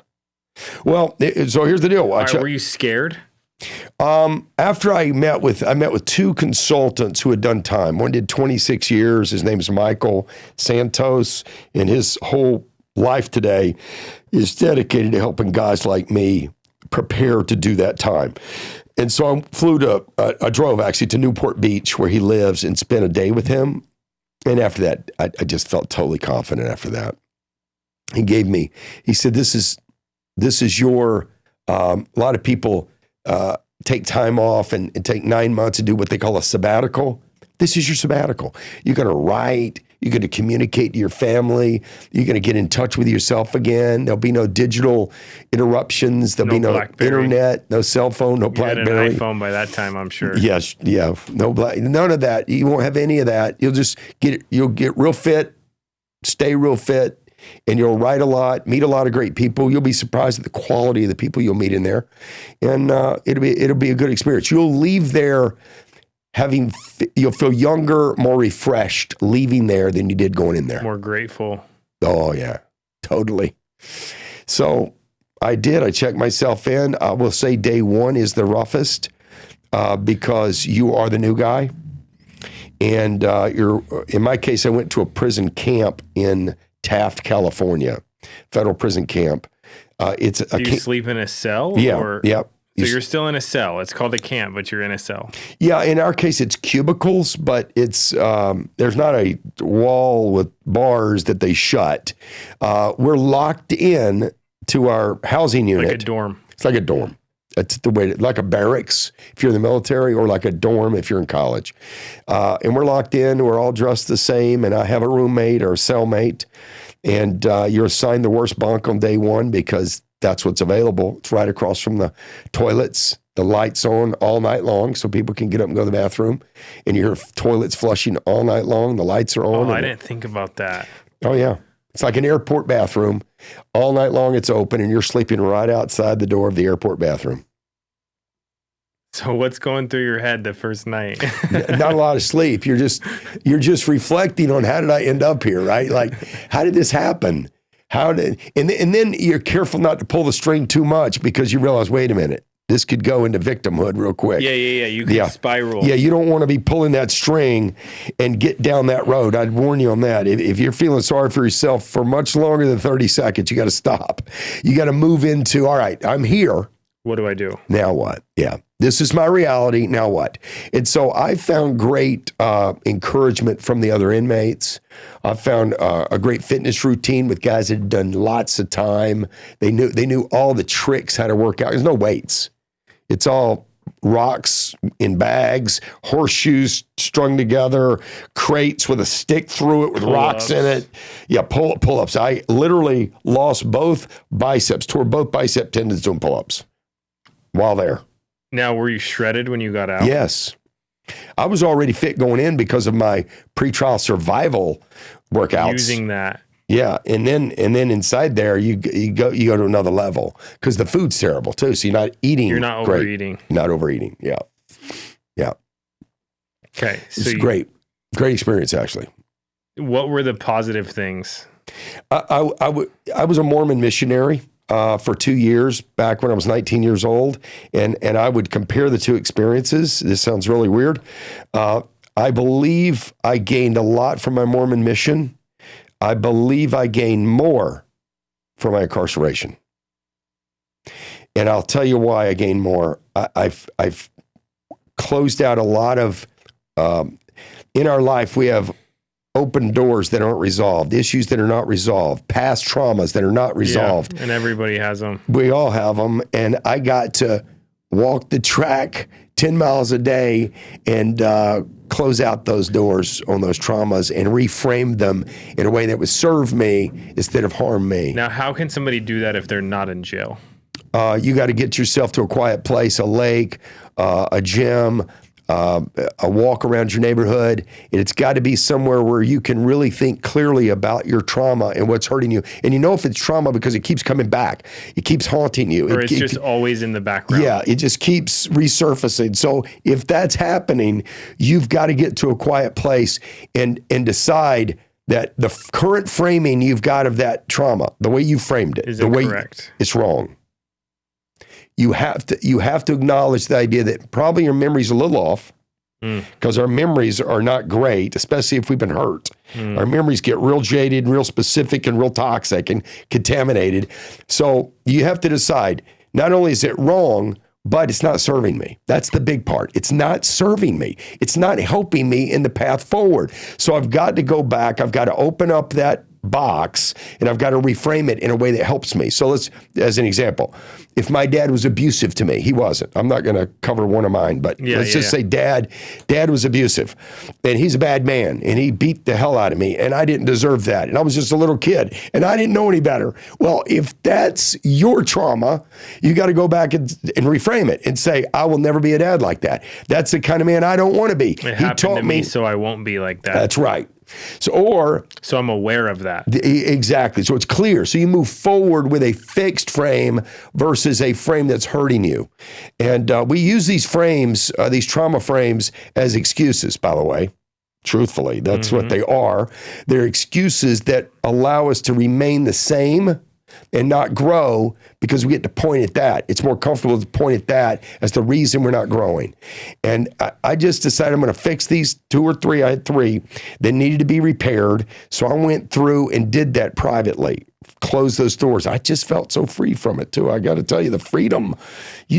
I even wrote in my journal how free I felt incarcerated. I never felt that level of freedom emotionally, ever, while incarcerated. Because I think dogma, which is living someone else's expectations, whatever your parents put in you, or maybe your minister, or maybe your church, or maybe the way your religion needs you to do things, that's called dogma. And if your whole life is constructed around other people's expectations of you, it's not your life. And so I needed to go deconstruct some dogma too. And what do I believe? Like the Mormon church, what do I believe? And what was told to me to believe? And I needed to go deal with that. Like, what do I believe? What is my belief about this? Have I just taken on others' beliefs and now I've got my whole life built around other people's thoughts? So I needed to disassemble some of that garbage. That's so everybody has that, by the way. Yes, we all do. Our whole They life. see you sometimes you see yourself the way you think other people see you. Yes. You see, yeah, that's right. And you're saying that went away. Oh yeah, I deconstructed it. Now, without going to jail, how do you do that? Because I don't think people are going to sign I don't up for suggest you go commit a crime to get yourself into this frame, but it did help. I think the key was quiet, intentional dedication to fixing it. Like, you have to first admit that a lot of my life is dogmatic. A lot of the things I'm doing stem from my mother and father's expectation of me. I'm a doctor today, perhaps, because my mother was a doctor and her dad was a doctor, and damn it, I don't even like medicine. Or I think I'm addicted to this because my parents were addicted to We're this. all smokers, yeah. All Catledges smoke marijuana. Everybody can drink a lot. Yeah, that's right. We're all alcoholics. Yeah, it's in our genes. Yes, well, it may not be. But you're saying it could just be dogma. I believe it is dogma. I believe most things are dogma if you didn't personally choose to believe it. Yeah. So you got to ask yourself, what do I really believe? And it's a little scary because you start pulling away at the boards you're standing on, called your life, and you may find yourself kind of not knowing who you are because you're completely a construction of other people's opinions, and what they think. Yeah, but I don't think you're free unless you do this. I mean, I don't believe you're free. I don't believe you're happy. I don't believe you can chase your potential, which is my goal, to chase down potential. And and that's what I do today. It's what I do at Real Financials, help people chase down their potential. We're going to talk about. I don't believe you can do that if you're not free of dogma and free of trauma frames, wrong trauma frames. And the reason I say they're wrong is not because those things didn't happen to you. It's the framing that you chose to adopt. And what you think those things did to you. Yeah, that's right. They didn't do them to you. Something happened. You framed it a certain way because you weren't emotionally prepared yet to frame it in a healthy way. So you framed it in a bad way. Yeah, or whatever. Or maybe your youth, your child. Maybe just protection, emotional protection. Yeah. So whatever the reason is, we framed it in a way that's not helpful. And so the key is to now that you're mature, now that you have an obligation to go back and reframe it. Now, you said you were walking 10 miles a day. 10 miles a day. 3.3 miles. For breakfast. Yeah, breakfast, lunch, and dinner. It was great. How big was the loop? 1.1 mile per loop. So we do three laps to get us the 3.3. Big dirt track. Dirt, not pavement. Dirt. Is everybody walking? No. Some guys are stuck in their cell thinking about their sad lives. Okay. So some of you guys were walking. Talking. That was my office. Walking and talking. I do that now. Yeah. I walk and I'm on the phone with people working. Yeah, I love to walk. It's great. Yeah, I find it to be real healthy to walk. Yeah. Yeah, not just physically, just mentally. I see things clearer. Now, once you got rid of all this dogma, what was there? What did you find out about yourself? Two things. I like me because I built me. It's easy to like yourself if you constructed it. I would throw one in. Yeah. You definitely are not backing down to a challenge. No. Yeah. The other thing is, what can you do to me now? What You took everything from me. Yeah. What possible And I'm still threat? here. Yeah. What possible threat can you throw at me that's going to have any substance at all now? So you're afraid of virtually nothing. On the backside of this, fear is not in the equation, which is pretty liberating. You know, what are you going to do? Put me in jail? I mean, come on, I've done that. And that turned out pretty good. Worked out pretty good. And I've got great friends. I have an alumni of great guys. From jail. Yes, that I still communicate with. I help them with their portfolios, and I help them know what stocks to pick, and I help them think clearly about opportunities. And yeah, man, I love these guys. They're my friends. I had a agent come in here today. We have a lot of new agents here. Yeah. And he came in and he said, I don't want to come in here because the agents in here are not that good. Okay. And I go, bro, why don't you make them better? Yeah, Bro, right. if you think you're so much better than them, why don't you come in and help them? Yeah, exactly. Lift and encourage. I threw him off a little. He said, Yeah, because you reveal there's a selfishness there. Yeah. Yeah. All right, so a couple things. One, when we first met, somebody told me, you know, don't talk to that guy because of his background. Ponzi schemer. Right. And my answer was, he didn't do anything to me. Yeah. I at least can talk to. Yeah. And my other answer was, dude, I like people that have gone through stuff. Yeah. Give me a bunch of people that have gone through stuff. Yeah. And let's go. We could take over the world with that. And you got very high character, Andrew. You see with wise eyes. I think you understand life better than most your age. And it's probably because you've dealt with thousands of agents, so you've seen a lot. Yeah, but you're wise. Yeah. So if you're watching this, if you're going through something, or you've been through something, yeah, we want to work with you. Yeah. And I love the underdog story, which is why I like your story. Yeah. Which you've told me multiple times, and I'm always asking you about it. Yeah. Now, the other thing that I love that you did is when you got out, you used it as a tool to help other people by sharing and not holding it all in. Yeah. And that's I don't know if you know how powerful that is. But the other thing is, like, how can people not like you if you just tell them what happened? Yeah. Yeah, well, for me, it's a selfish thing on my part. I just needed to get it out. When I was home, I got home, by the way, after 14 months. Okay, so you only went in for how? Yeah, COVID-19. The great COVID pandemic. Hit, you're out? No, they said there are certain of you that qualify from a security risk standpoint to do your time from your house. And so the Attorney General of the United States wrote a letter and allowed 27,000 of us to go home and finish our time at our home. So the greatest with an ankle bracelet? Yeah. Literally in the home, not like in the neighborhood, in the home. What about the gym? Any movement from the home required paperwork approved by the Bureau of Prisons. And so I was at the gym every day. In my case, Orange Theory, that's my thing, every day. And then church, and then walk. I walk. You were allowed to walk? Yes. Yeah. But I literally had to show the map of where I'd be walking, and it all had to be approved by paperwork. And do you still walk? I still walk. Every day? Every day. How far? Usually 2 to 2.5 miles. So not crazy. Every day when I get up, I walk a 2.5 mile loop. Yeah. Sometimes I do it twice, but I love it. I do too. And if I don't do it for some reason, I do it in the afternoon. You feel lazy. Like you don't in do the it. evening when I get home and I'll take the kids. Yeah. But it is. I love it, man. Yeah. It's cathartic. It just feels great. Yeah. Yeah. So you do Orange Theory and you walk. Yes, for sure.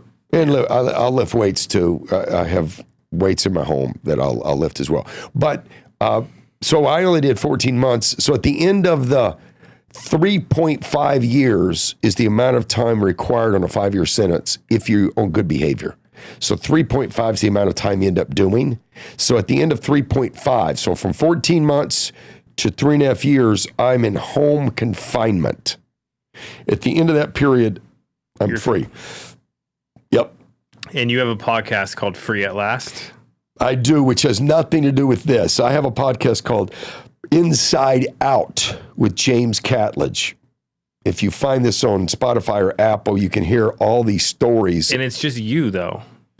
If you do the audio, I tell the whole story from beginning to end. If you do the YouTube, I'm interviewing inmates and people that I met in prison, and it's a cool show. Are you bringing these memories back from your journal? I kept a daily blog, they call it.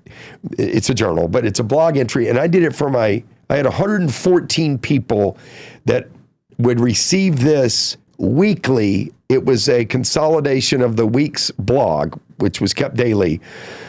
And 114 people, and the reason I know the number is that's how many people my mother would send that to weekly. So they did time with me, those 114 people. And you kept them updated. Everything going on. They met all the characters inside. They heard all the crazy stories. They did it with me. So when I got out, they were a little sad because the stories were over. They were keeping up with these great stories. These are all my great friends, and when I go see them today, and they're all over the United States, but when I go see them and travel today, they're bored by my life today because it was so exciting to hear those stories. How do you judge somebody that went to jail now, opposed to before you went to jail? Well, there's it's a great question. I do see it differently. There's two ways I view that. Most people did do something wrong, a crime, right? So the way I view it is most of those men are feeling shameful and feeling like they'll never be who they were before or better. And they also, there's these deteriorating emotions that most men who have done time have. Like I did a move recently where I needed help from a moving company. The movers I could just feel had done time. And so at the end of the move, I tipped them and I set them down on my expensive couch. And I said, guys, how much time did you do?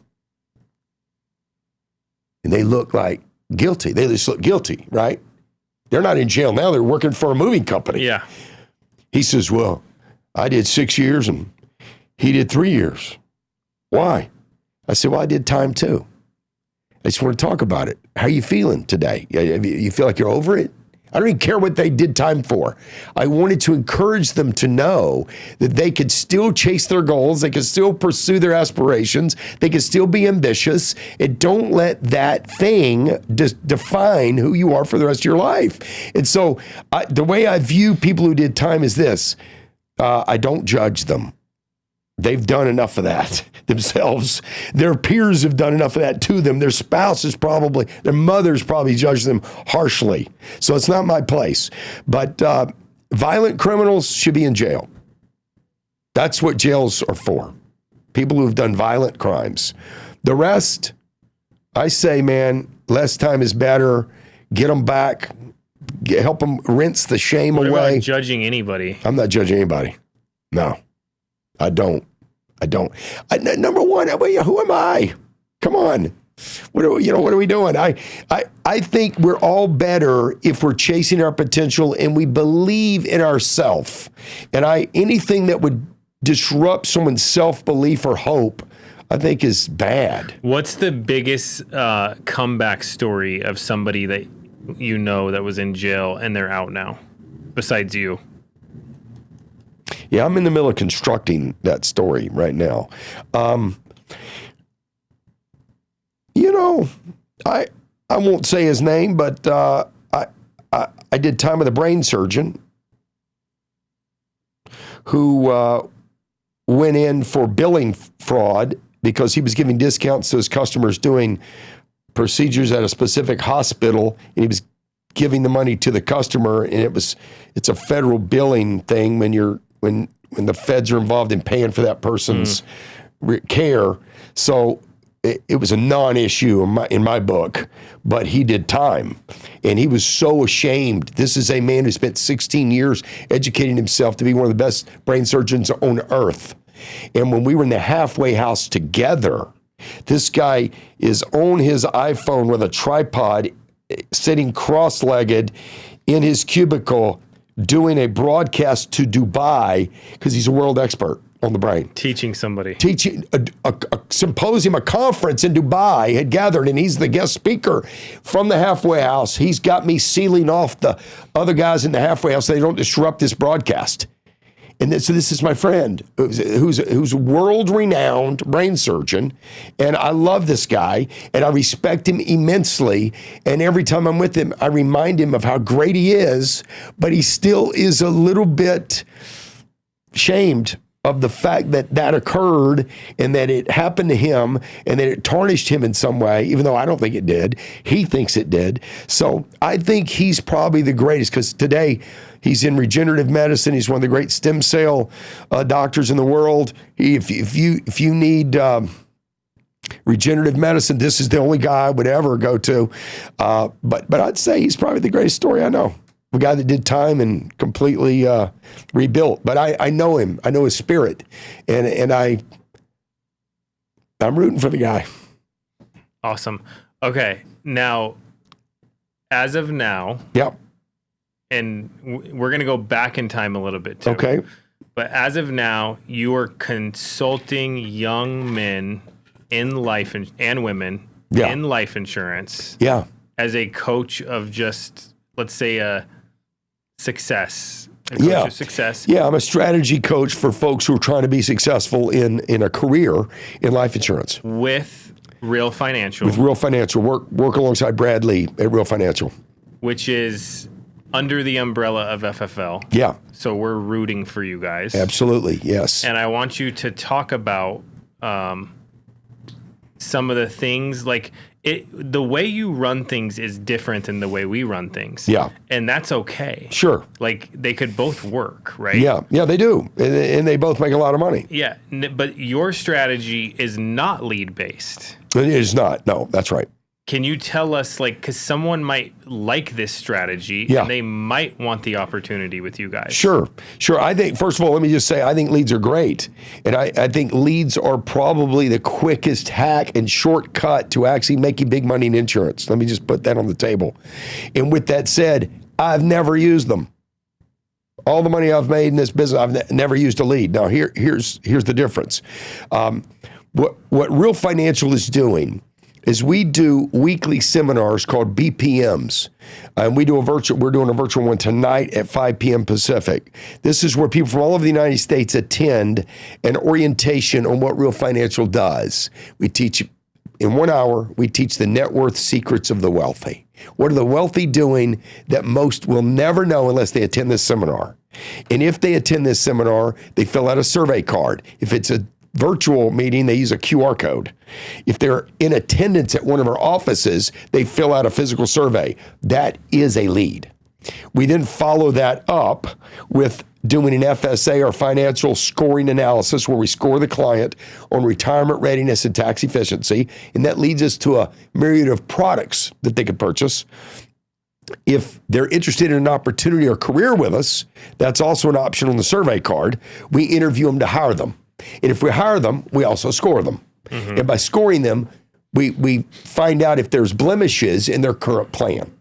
Either they have a plan or don't have a plan. And we want to get, the way I look at it, and the reason my teams make a lot of money is we want to find all the nickels in the couch. I just don't want to sell one thing. Yeah. I want to sell them multiple transactions for the rest of their life. I want to be their financial advisor. And so by scoring them, we find all the opportunities that are available. So you guys use an AI scoring model. We do. And that's asking the customer 27 specific questions. And this is recommending X, Y, and Z. Yeah. Based on the way they answer the 27 questions, the AI will make specific recommendations that fall into our product mix. Love it. It's great. It makes a lot of money per agent. They don't leave any money on the table, and the client leaves feeling they understand what they have, which is great. Yeah. Yeah. All right. Now you are teaching people leadership. You are teaching people old school, real recruiting. Yes. Because that's what you know. That's right. I want to pull this picture up, Drew, and I want to talk about this. It's a little off topic. Sure. But Drew, can you pull up this picture at the beach that we sent you? real quick. He's pulling it up. And I want to share this with you for two things. This is a real estate hack and also something else. But where is this picture being taken place at? That's our beach house in Oceanside, California. That picture was taken 4 or 5 days ago. Okay, so 4 or 5 days ago, you did a leadership retreat. A leadership summit, that's right. For the managers that are building at Real Financial. We ran a contest in the month of March, and you had to do $50,000 in paid commissions to you in March to qualify to be at this. I had 7 bedrooms, so we had room for 7 on the ocean, and so we had 7 qualify, and they got invited, and we went knee to knee with me. We could have done it in a storage unit, but we chose to do it at the beach, so the background was better. But we were in my living room knee to knee for 8-9 hours. Okay. Now, a couple things here. I told you this before. Yeah. I think you have to spend 40 hours of one-on-one time before people truly trust you. Yeah. Or consider you a friend. That's probably right. So if you're building teams, you have to have these experiences to put the time in, to build the relationship, to get people to trust you, to really build. Right. Right? Yes. So that's one thing. So awesome event. It's great. Which I wasn't there, but the pictures look great. Yeah. And the guys posting about him that went, they loved it. They're fired up. Yeah. You don't drink. Do they drink? They do not drink, and they don't drink with me. So if I'm in charge of the event or in charge you of don't the bring meeting, alcohol. There's no alcohol at the events. And so what do you guys do? Because usually people, out of boredom, they go, we need a drink. Yeah, I think this event was so content rich. You know, I'm trying to teach them how to get their mind right to make tens of millions of dollars, not thousands of dollars. I'm trying to help them not just do the next transaction, but to actually build a life they're proud of. I believe if you're going to reach the summit of your life, you're probably going to make a lot of money. But money's a sideshow on the way to your potential. And I think money chases those who are busy solving lots of problems. And I needed my key leadership team to understand that you can chase the cars, you can chase the watches, and I've had all of it, or you can chase your destiny. And if you chase your destiny, you'll have everything you want. But don't think the symbols of money are the end. It's actually a recipe of misery. Yeah, it's Did you shallow. ever experience that when you were making all your money, or were you were building your company, you were still chasing that purpose? Yeah, I think because I was so young when I left the World Financial Group and began building my own company, I kind of got lost in the climb. I was not, and there wasn't really an Instagram where there was a need to post all these symbols of and success. brag. Yeah. There wasn't a voyeuristic social media climate back then. What's your opinion of that, not having any of that in jail? It was really cool to just, we would have conversations, Andrew. Let's say you and I met in prison. We would have a conversation that would start today. It would end at night when they do count. And then you would come back tomorrow. We would pick it up where we left off. And we would go all day. We would eat our meals together. Same conversation, same deep debate over something. And we could get shit resolved. We could get things done because I really get to know you really fast when it's not a 1 hour lunch, when it's not a transactional relationship, but we're living here.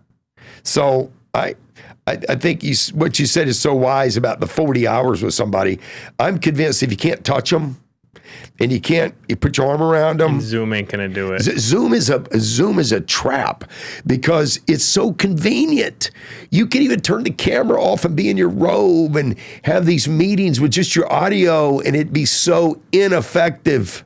If you want to be effective, you got to touch people. They got to know you care. You got to look in your eyes and feel your energy. Energy can't be transmitted through Zoom. Mm-mm. Energy is in this room when we're having this conversation, and it's in the room at the beach house. It's in the room when you have people on your retreats, you and Sean. So I'm just convinced that Instagram, social media, Zoom, these are traps that will limit and put a ceiling on your potential. Use them because you're geographically diverse. You're dispersed geographically. But hold summits, hold meetings, get them in a room. And I think if you'll do that, you're more likely to reach your goals. Okay. Now, back to this photo, Drew. Pull this up. Do you care if we talk about how you bought this? No, I don't care. No. Okay. So you bought this property. Yes. On the beach in a partnership. Okay. Now I'm going to do the same thing because you told me that. So I have two people that told me they want to do it. So I need one more person. Yeah. But awesome. Tell us, this is so brilliant. Yeah. And when you told me that, I'm like, why don't we do more of that? Yes. But tell us how you bought this. Yeah, you typically, the structure is you put an LLC together and buy the property. In this case, we bought an older home and it needed to be scraped off. And then one of my partners is a builder, a general contractor. And so he took the responsibility of getting the approvals and the permissions to rebuild a home, a beautiful brand new home on that same lot. And so that was 7-8 years ago that was done. And that partnership takes turns using it. We own it. But you each get 90 days? Yeah, it's we get 3 months. I get 3 months. So there's 4 of us, we each get 3 months. Yeah, because like the problem with going and buying a $5 million beach house is if you're not going to be there all the time, you could feel like it's empty.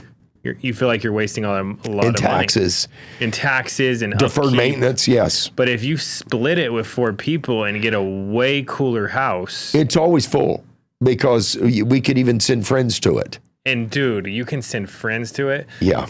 So I pitched my friend on it. I said, dude, our kids will be using this. Yes. Our grandkids will be using this. And they'll be like, we have 3 months to go enjoy this beach house. Our parents can go for absolutely. For your days. You send your parents. You can do a retreat with agents. Yes. And show them what you can do. And the people that I work with, there's so many people making so much money. Yeah. One of my goals is to start doing cooler things like this, like what you're talking about. Yeah. Opposed to just keeping money or maybe spending it, but not on things that will last who knows how long, right? That your family will use, even if you're not around anymore. You know what's funny is once you've made a lot of money, as you have, there's a tendency just to kind of accumulate things over time, and it ends up feeling, once you've got your needs met, you're now just accumulating things, and it's not as cool as it sounds. It's not. It takes a lot of emotional and mental energy too. And to manage it, and there's just a lot to it. But if you're able to use those assets to further perpetuate your purpose, not your money. Your money is a byproduct of all the great work you do. Purpose is what we're perpetuating here. In your ability to transfer your mindset into the lives of other men and women, that's the purpose. Yeah. Because that sets them free. It's like teaching a man how to fish or give him fish. Teaching him how to fish gives him the ability to feed himself forever. That's what you're doing when you have these summits. So use your assets to do that. So one thing I want to do, we have so many people making money, is us collectively do cool stuff like that. Yes. Collectively. Yeah. There's a lot of young people that I work with that make a lot of money. Right. And imagine what we can do collectively. Yeah. You don't need to have 20 people with a $5 million house. No. But if you got 4... Exactly. And you can do it again in Scottsdale if you want to use Scottsdale. Cabo. You could do it in Cabo. Now, I like what you're saying is your purpose being fulfilled, which would be like you're using it for retreats, you're introducing people to a new way of life, you're letting them grow, think bigger, all these different things. I do like that, and I like it for quality time with family. Yes. And it's not a bad tax deduction. No. Yeah, dude, it's a home run. I was doing the math. So like, even if you financed a $4 million property, everybody would put $250,000 down. Yes. The payment for each individual person isn't that crazy. No. I stayed. I want to see your house at some point because I rented a house 2 years ago. Every year for my son's birthday, we go to the beach. We rent a huge house. We bring like 15, 20 people. Yeah. The whole family. We get a place right on the sand. We stayed in Carlsbad 2 years ago. The pier caught on fire when we were there. Right. I don't know with if you that remember Ruby's, that. Ruby's, The Ruby's Diner. right at the end of the pier. I know the spot. Yeah. Yeah. So we're like sitting on the back porch and the pier's on fire. Right. I know right where that is. Yeah. And, but man, I can see that from my back deck. when you told me how you bought that, I was like, dude, I'm doing that. And by the way, you and I need to do that with an airplane. That's my next move. You can do it with an airplane. You Yes. can do it with a boat. Yes. Yeah. Any asset that you know is, it requires high net worth to have it, and it doesn't quite make sense without feeling like a waste of money. You do that in a collective with really people you trust and respect. Yeah. So I'm going to do that with a lot of things. Yeah. But I love that. You shared that with me. I'm like, why am I not doing that? I called one of my friends. He's like, why are we not doing that? Totally need and to then do that. He's like, now the funny thing is if it's with people you like, you could really go more than 3 months. Because you're there some with of my them. friends, I would be there with them anyways. Yeah, that's who you travel with. Yeah. That's right. So it's like, okay, like, I don't know, it's a home run. But I wanted to share that with you guys because I think that is a really cool hack and a really cool goal. Yeah. As you're, like we talked about what Patrick Bet David said, you got to have things to look forward to. That's right. If you're making good money and you're young, what's next? What are you looking forward to? That's right. You know? And stacking up money is not a bad idea either. I couldn't have left World Marketing Alliance and formed my own company had it not been stacking up money. Stack up your money. Yeah, save your money. Some. Yeah, save as much as you can. I remember being in my late 20s and having $700,000 in my checking account. I remember back then, you may remember that there was a First Interstate Bank. Wells Fargo has ended up buying all the First Interstate banks, but my first bank was First Interstate. These same people used to cover my insufficient funds checks when they would bounce. You would get an NSF notice. They'd charge you $35 because your check bounced. These same people watched the same guy put in $1 million a year in actual income at the same bank tellers dealing with the same guy that used to have to cover his bad checks. Watch this guy put millions of dollars in. So yeah, you want to put lots of money in the bank. Yeah. And no one really told me this early on, but it's not a bad idea to buy some stocks and let those things grow. As and we know. Talked about this a lot. And you and I. We've talked about NVIDIA, what that has done. A lot of people got NVIDIA, thankfully. I could put on the floor mat, when you walk into the house, it's got Catledge on the doormat. I could put NVIDIA there. Yeah, me too. For what NVIDIA's done. They could have built the home. Yeah. Crazy. Dude, I looked up how many, check this out. Hold on. You might know the number. How many millionaire employees from employee-owned stock? It's got to be 20,000. Hold on, let's find out. You using ChatGPT? Chat, how many employee millionaires were created from NVIDIA stock?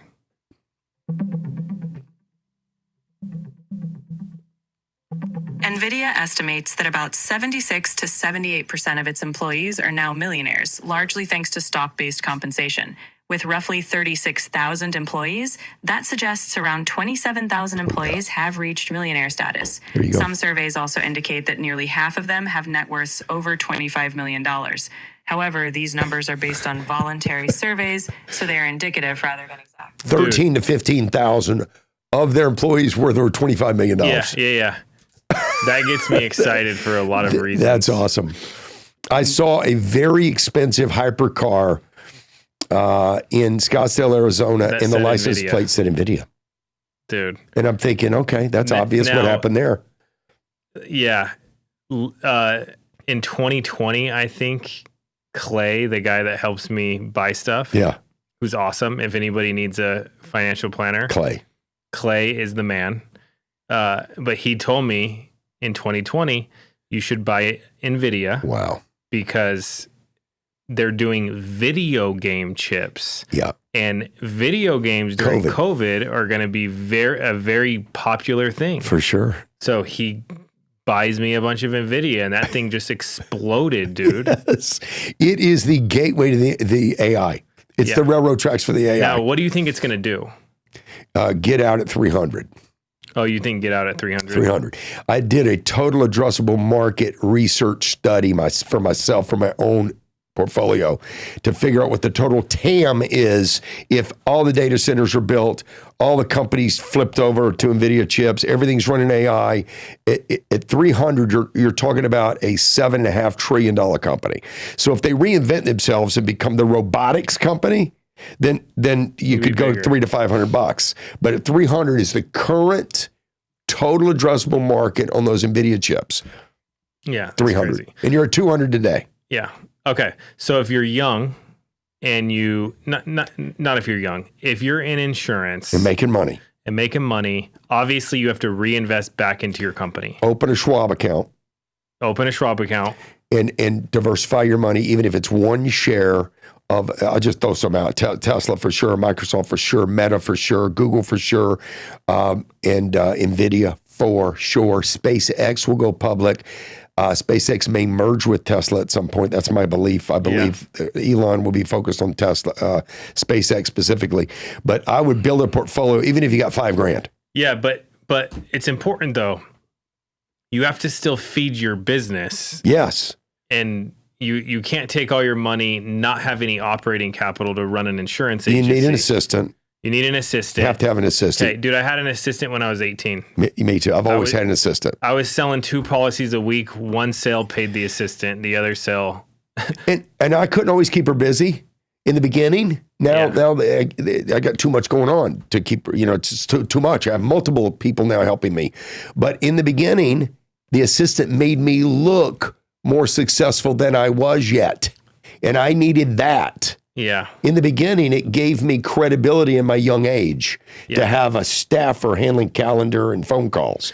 So I think in the beginning, that's kind of what it's about. And then they let them help you with the paperwork. But eventually, you can now think about big things and not so much about the administrative stuff. Have you ever heard of the book, The Secrets of the Millionaire Mind? No, sure. Read the book. Yeah, okay. Yes. So when I read that book, it talks about invest 10% of your income, give 10% of your income away. And if you can't do it with a dollar, you can't do it with $1 million. So don't say, I don't have enough money to do it. Yes. If I had your money, I would do it. Don't say that. Just start doing it with what you have. That's right. So I did this little formula, just like it said, and I invested most of it back into my insurance company.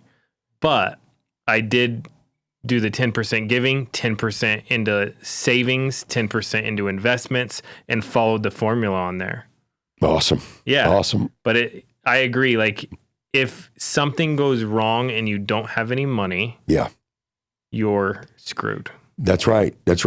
First order of business, stay in business. Yeah. And cash flow is king in to stay in business. And this is such an amazing industry. So I want to talk a little bit more about that. Okay. What is the opportunity at Real Financial when it comes to recruiting? Yeah, that is the opportunities to build a team. I mean, the objective at Real Financial is we're looking for leaders, winner mindsets who want to build teams. I'm a team coach. That's what I do. I'm an expert. If you wanted to work with me, I wouldn't just teach you how to sell, although I'm pretty handy at that.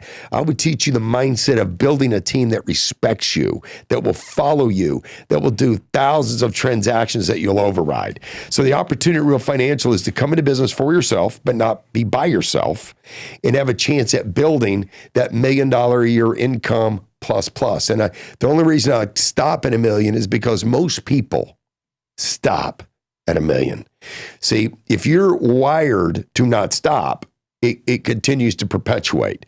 It's most people, once there's enough coming in, they shut the engines down. If you're not the type to shut the engines down, the opportunity is tens of millions a year. Mm-hmm. Yeah. So my suggestion is, if you're interested in just selling, don't come to Real Financial. It's not a fit. We're looking for people who want to build large agencies that belong to them and cash flow from large agencies. And you'll also sell. But the other selling point is your marketing machine. Oh, of course. And that's what I want you to tell people Yeah. Well, Brad Lee, social media influencer with 32, 35 million impressions from his social media weekly. He actually feeds people into our, what we call our real back office, our RBO, and they get fed right into our associates. Once you've reached a certain income mark in our company, you're fed those social media their leads. And then you get them to a BPM, virtual or otherwise, and then you do their scoring, and then you recruit them. But he's talking on his podcast and all these beautiful social media outlets about being in business with him. But you guys then give that person to a team. Oh, yeah, they're assigned a teammate. They're assigned a teammate. Yep. So essentially, somebody can come in and they'll be given recruits to train and develop and help. Yeah, once they reach a certain benchmark, we need to know they're in it for the long haul. We need to know that they're culturally a fit. We need to know that they're coachable and trainable. And then once those benchmarks have been met, we feed them leads. Yeah. Yeah.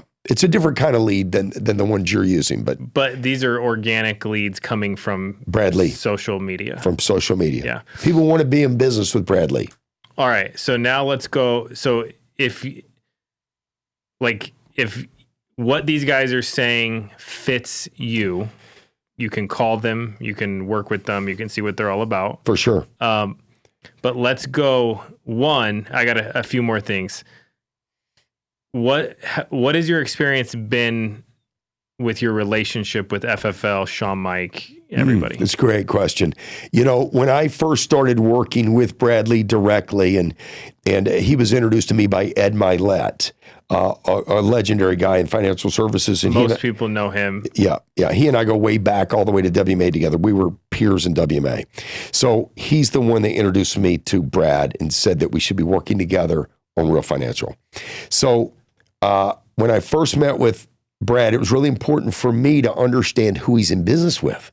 And he named all the companies, and he had named a company named GFI, he named FFL, and I said, I need to meet with the people in charge of those companies, because if I'm going to be here operationally helping you, I've got to know who we're in business with.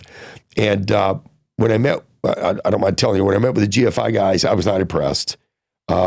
Even though the background was similar to mine in team building and that kind of stuff, the leadership concerned me. It really concerned me. Some of the things I was hearing, some of the things that I researched, I was uncomfortable. And so I let Brad know we will not be continuing that relationship.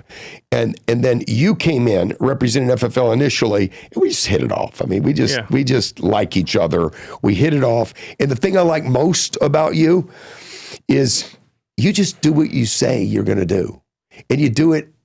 I mean, if you make a commitment, you completely follow through with it. And I love that, because you can't build anything sizable without that type of commitment. So that mattered to me. And then I had not met Sean yet. And Sean was concerned about this crazy background I've got. Mm-hmm. And he had let Brad know he was concerned about that. And of course, hell, I'm concerned about it, right? I mean, geez, you should be concerned about it. So I totally get the reaction. I mean, I would judge harshly a friend who said this happened to them. I really would. But when I met Sean and I got a chance to sit with him and tell the story, I mean, I found a kindred spirit. I found a brother who has his own stuff and has his own background and totally understood. And so you guys have been 100% in our corner from the beginning, and it's meant everything to Brad and I. And it's allowed Real Financial to find its footing and traction and begin to attract the great people from the marketplace. Now, you guys are, I would say, very early stages. Yeah, I would say a year under the new leadership. But are you getting ready to go on the road and tell this story of what you guys can do? Absolutely. The dates are set and the cities are set. Yes. So you're going not on Zoom. That's right. That's right. You're going on the road. Yes. Tonight is the kickoff, 5 p.m. Pacific Standard Time. If you go to realfinancial.com, you can get yourself on that virtual BPM and enter the funnel and see what we're up to. But we'll be taking that exact meeting into cities like Dallas, Salt Lake City, Fort Lauderdale, Florida, Detroit, Michigan, right here in Las Vegas, There's 20 of our leaders who have already opened up offices and are doing this seminar on a weekly basis. Love it. And we'll be visiting those cities. Yeah. Love it. All right. Now I want to go back in time. Okay. You told me a story that you were a top salesperson early on. Hubert Humphrey called you and had a conversation with you. Can you share that? Yeah, that's good. Yeah. Let me sit up here. I feel I must keep sliding down in the chair. So my first year in World Marketing Alliance, Hubert's the CEO. I'm running an office in Las Vegas. Hubert's in Atlanta, Georgia. And I haven't really met him. He's a distant mentor at this point. And I've made $288,000 and won an award in my first year in business there. And this is 19... Now, do you think you're the man? I totally think How I'm old the are you? man. This is 1993, so I'm 26. What'd you do before that? I sold insurance for a beneficial life insurance company. And before that? Miracle Ear hearing aids for Miracle Ear. Always selling. Always selling. Even in college, paid my whole way through college selling advertising for a radio station. Okay. Always selling. Yeah. So I get this call from Hubert Humphrey. My assistant Elizabeth says, we got a call from Hubert Humphrey. Should I patch him through? I said, of course. So I go in my office, I shut the door, and I literally have my feet up on the desk. And I think he's calling to congratulate me on a great 12 months. Pause. Listen to this if you're building teams. All right, continue. Okay. So he begins with, congratulations, Catledge. Quite an impressive 12 months. We're going to get you the ring. I've earned this ring, this championship ring that they give you once you cross 100 grand, and I've blown through the 100 and I'm closing on 300. So they're going to send me the ring. He's congratulating me on the ring. And he said, you do understand that you're operating on about 5% of your contract. And I did not know what he's talking about. I thought he meant there may be more carriers available, more insurance companies I could sell. And so I'm just listening. I'm still basking in the glow of the congratulations, thinking about how he finally knows I'm the man. Literally, this is my arrogant young mind. And he says, do you understand what I'm saying to you? And I said, not really. He said, well, let me break it down for you. You think you're a hot shot because you can sell a lot of policies to a lot of people. You probably think you're a team builder because you've got 5 people within yelling distance in your office. And let's face it, you probably close their sales too. So you're not in business. You're a salesman. You're alone in business and got some guys taking orders, and you're closing their sales too. He says, this opportunity is so much bigger than that. He says, let's play this out. Let's just do what you're doing another year. You're probably going to get to 350. Let's do it another year. You're going to cross 400. Let's do it again. We're 3-4 years from now, you're at $500,000. Congratulations. Is that where your life is meant to be? With your skills, your potential, are you a $500,000 guy? And I'm really taken back because I'm just figuring out how to get to 300. But I realize he's saying a deeper message to me. He said, James, do you understand that you have every skill it takes to make millions and millions and millions of dollars a year? He says, but you're going to squander them. I know you. You're arrogant. You think you know everything. You're not coachable. You haven't even opened a format manual that actually teaches you how to build teams. You think you got it figured out, and you haven't. He says, and yes, you should pat yourself on the back for about 30 seconds. But if you would work with me and let me teach you how to change the way you think, completely transform the way you think about building teams and transferring the skills systematically, not through persuasion, not through a great personality, but through a system. If you would let me teach you, you can make millions, James. And next year, we're talking about 7 figures. And then we're talking about how to get to $3 million a year. Then we're talking about how to get to $5 and $10 million a year. He goes, that's what you're capable of. He goes, and I see it now in you, but you've got to let me do this. And I'm taken back because it's turned from a congratulations into An insult. into a coaching experience, a training opportunity. And I'm clear enough, even at that young age, I'm clear enough to understand that this is a coach and he wants me to be bigger. He sees more in me. And I got to tell you, when you see more in somebody than they see in themselves, you're drawn to them. What's that called? Is it dogma? It's mentoring. It's not dogma, but what is it? It's a form of dogma? No. When they see more in you than you see in yourself, it's what your creator sees. It's what your maker sees. They draw you in like a magnet. You won't let anything get between you and those people. So if your parents, if someone sees more in you than you see in yourself, it's a magnet. So he drew me in on that phone call, and I made it a point from that point on, and he will tell you to this day, I'm sure I'll speak at his funeral. This is the kind of man who got in my head and changed me forever. I sat side seat on his Gulfstream for 8 years after that point. I was his passenger on his Gulfstream for the next 8 years. I went with him everywhere he spoke. He would bring the plane to me, pick me up at Signature right here in Vegas, and we would fly all over the United States seeing teams while he transferred his mind to my mind. I am who I am today, honestly, from my mother, a little bit of my religion, and a hell of a lot of Hubert Humphrey. And of course, your choices and decisions and the things you've got to choose to do. Dude, it's funny because like what you're describing is like my relationship with Sean Mike. Same thing. Yeah. He got in your brain. Yeah. Yeah. Changed the way you thought. And because you were going to see less. And even when I was doing, which was a huge deal, $1 million in a month in sales. Yeah. He was like, bro, why aren't you doing 2? You're capable of more. And then it's funny because now we're doing 45 million a month in sales, like our team. Yeah. Yeah. And I see that it's not a lot now. Yes. You now see through his eyes. Because I know it can be much bigger. Yeah. You see it all now, like he did then. Like he did then. Yeah. That was it. That's what Hubert did. He had a better perspective of what I was capable of that I just didn't possess yet. And he constantly told me, James, once your vision is stretched sufficiently, it will never return to its old shape. Yeah, I'd love to get him in here, honestly. He does his convention in July.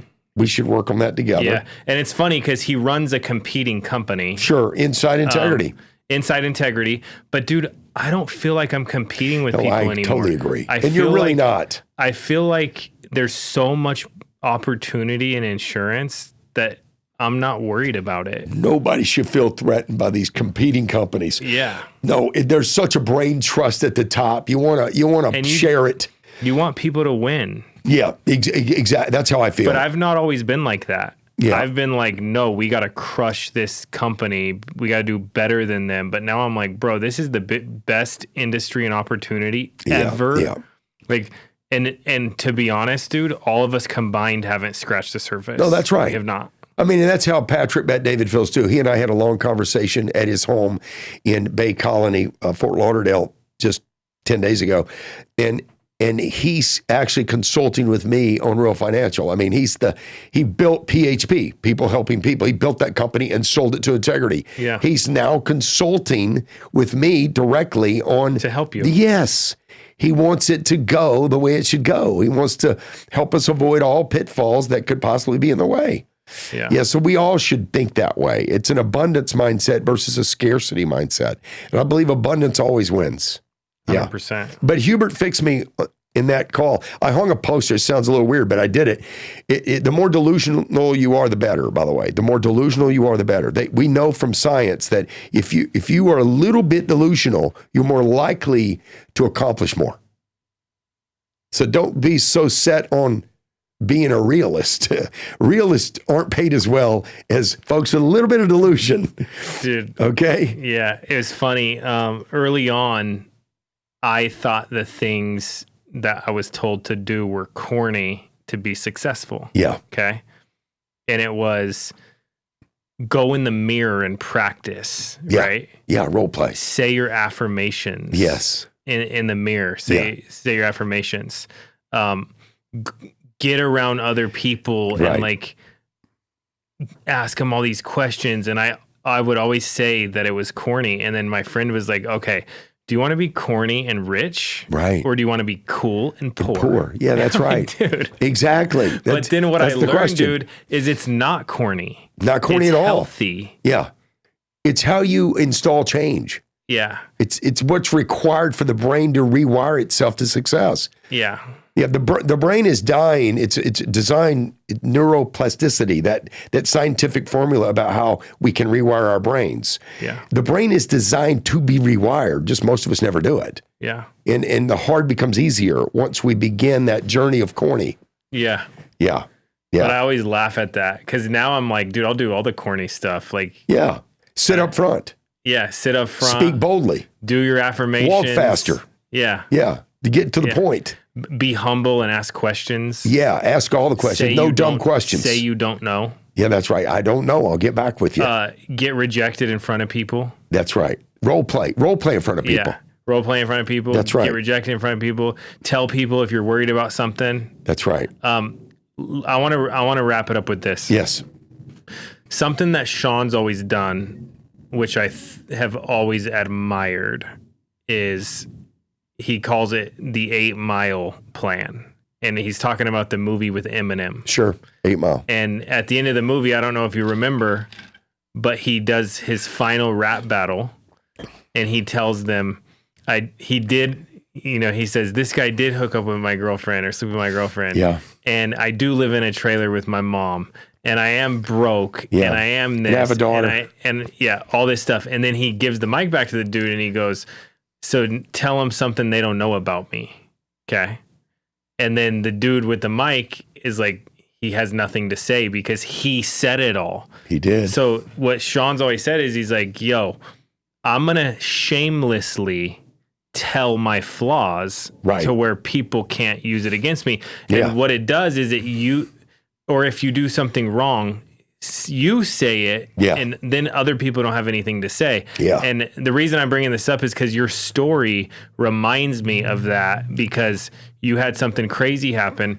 You came out, Yeah. and you go, I'll tell the story. I'll tell it. I'm not gonna. I I don't need lived other it. people. I lived it, and then I'm gonna turn it into good Yeah. and make it a good story, That's right. even though it's an insane story. It is insane. And if you don't mind, I'll tell the audience again when they listen to it.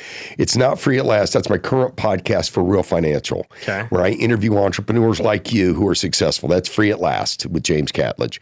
Inside Out is this crazy journey through the criminal justice system that it's a lesson. Everyone should actually listen to this, the audio version of this, because if you want to avoid, you're not beyond tough things happening. Nobody is. And they will happen. They will happen. They're coming for you. Tough times are coming. Our life is full of seasons, and sometimes winter comes for all of us, and we have to be prepared for what to do when winter comes. And I guess the good news is spring always follows winter, and we all got a shot at rebuilding in the springtime, and that's what I'm in the middle of now. And I'm grateful you'd have me here and to I'm tell that excited story. to see what this turns into, Yeah, me too. because it could be Pretty big. pretty big. Yeah. Thank you. Love it. Well, dude, thank you for coming in. I think this is a awesome relationship we have with you guys. You're a great dude. I've enjoyed hanging out with you.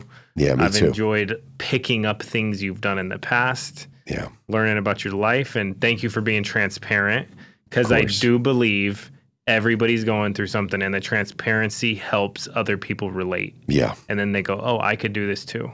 Yeah, So, for sure. Thank you, bro. Yeah, thank you. Thanks, Andrew. See you guys.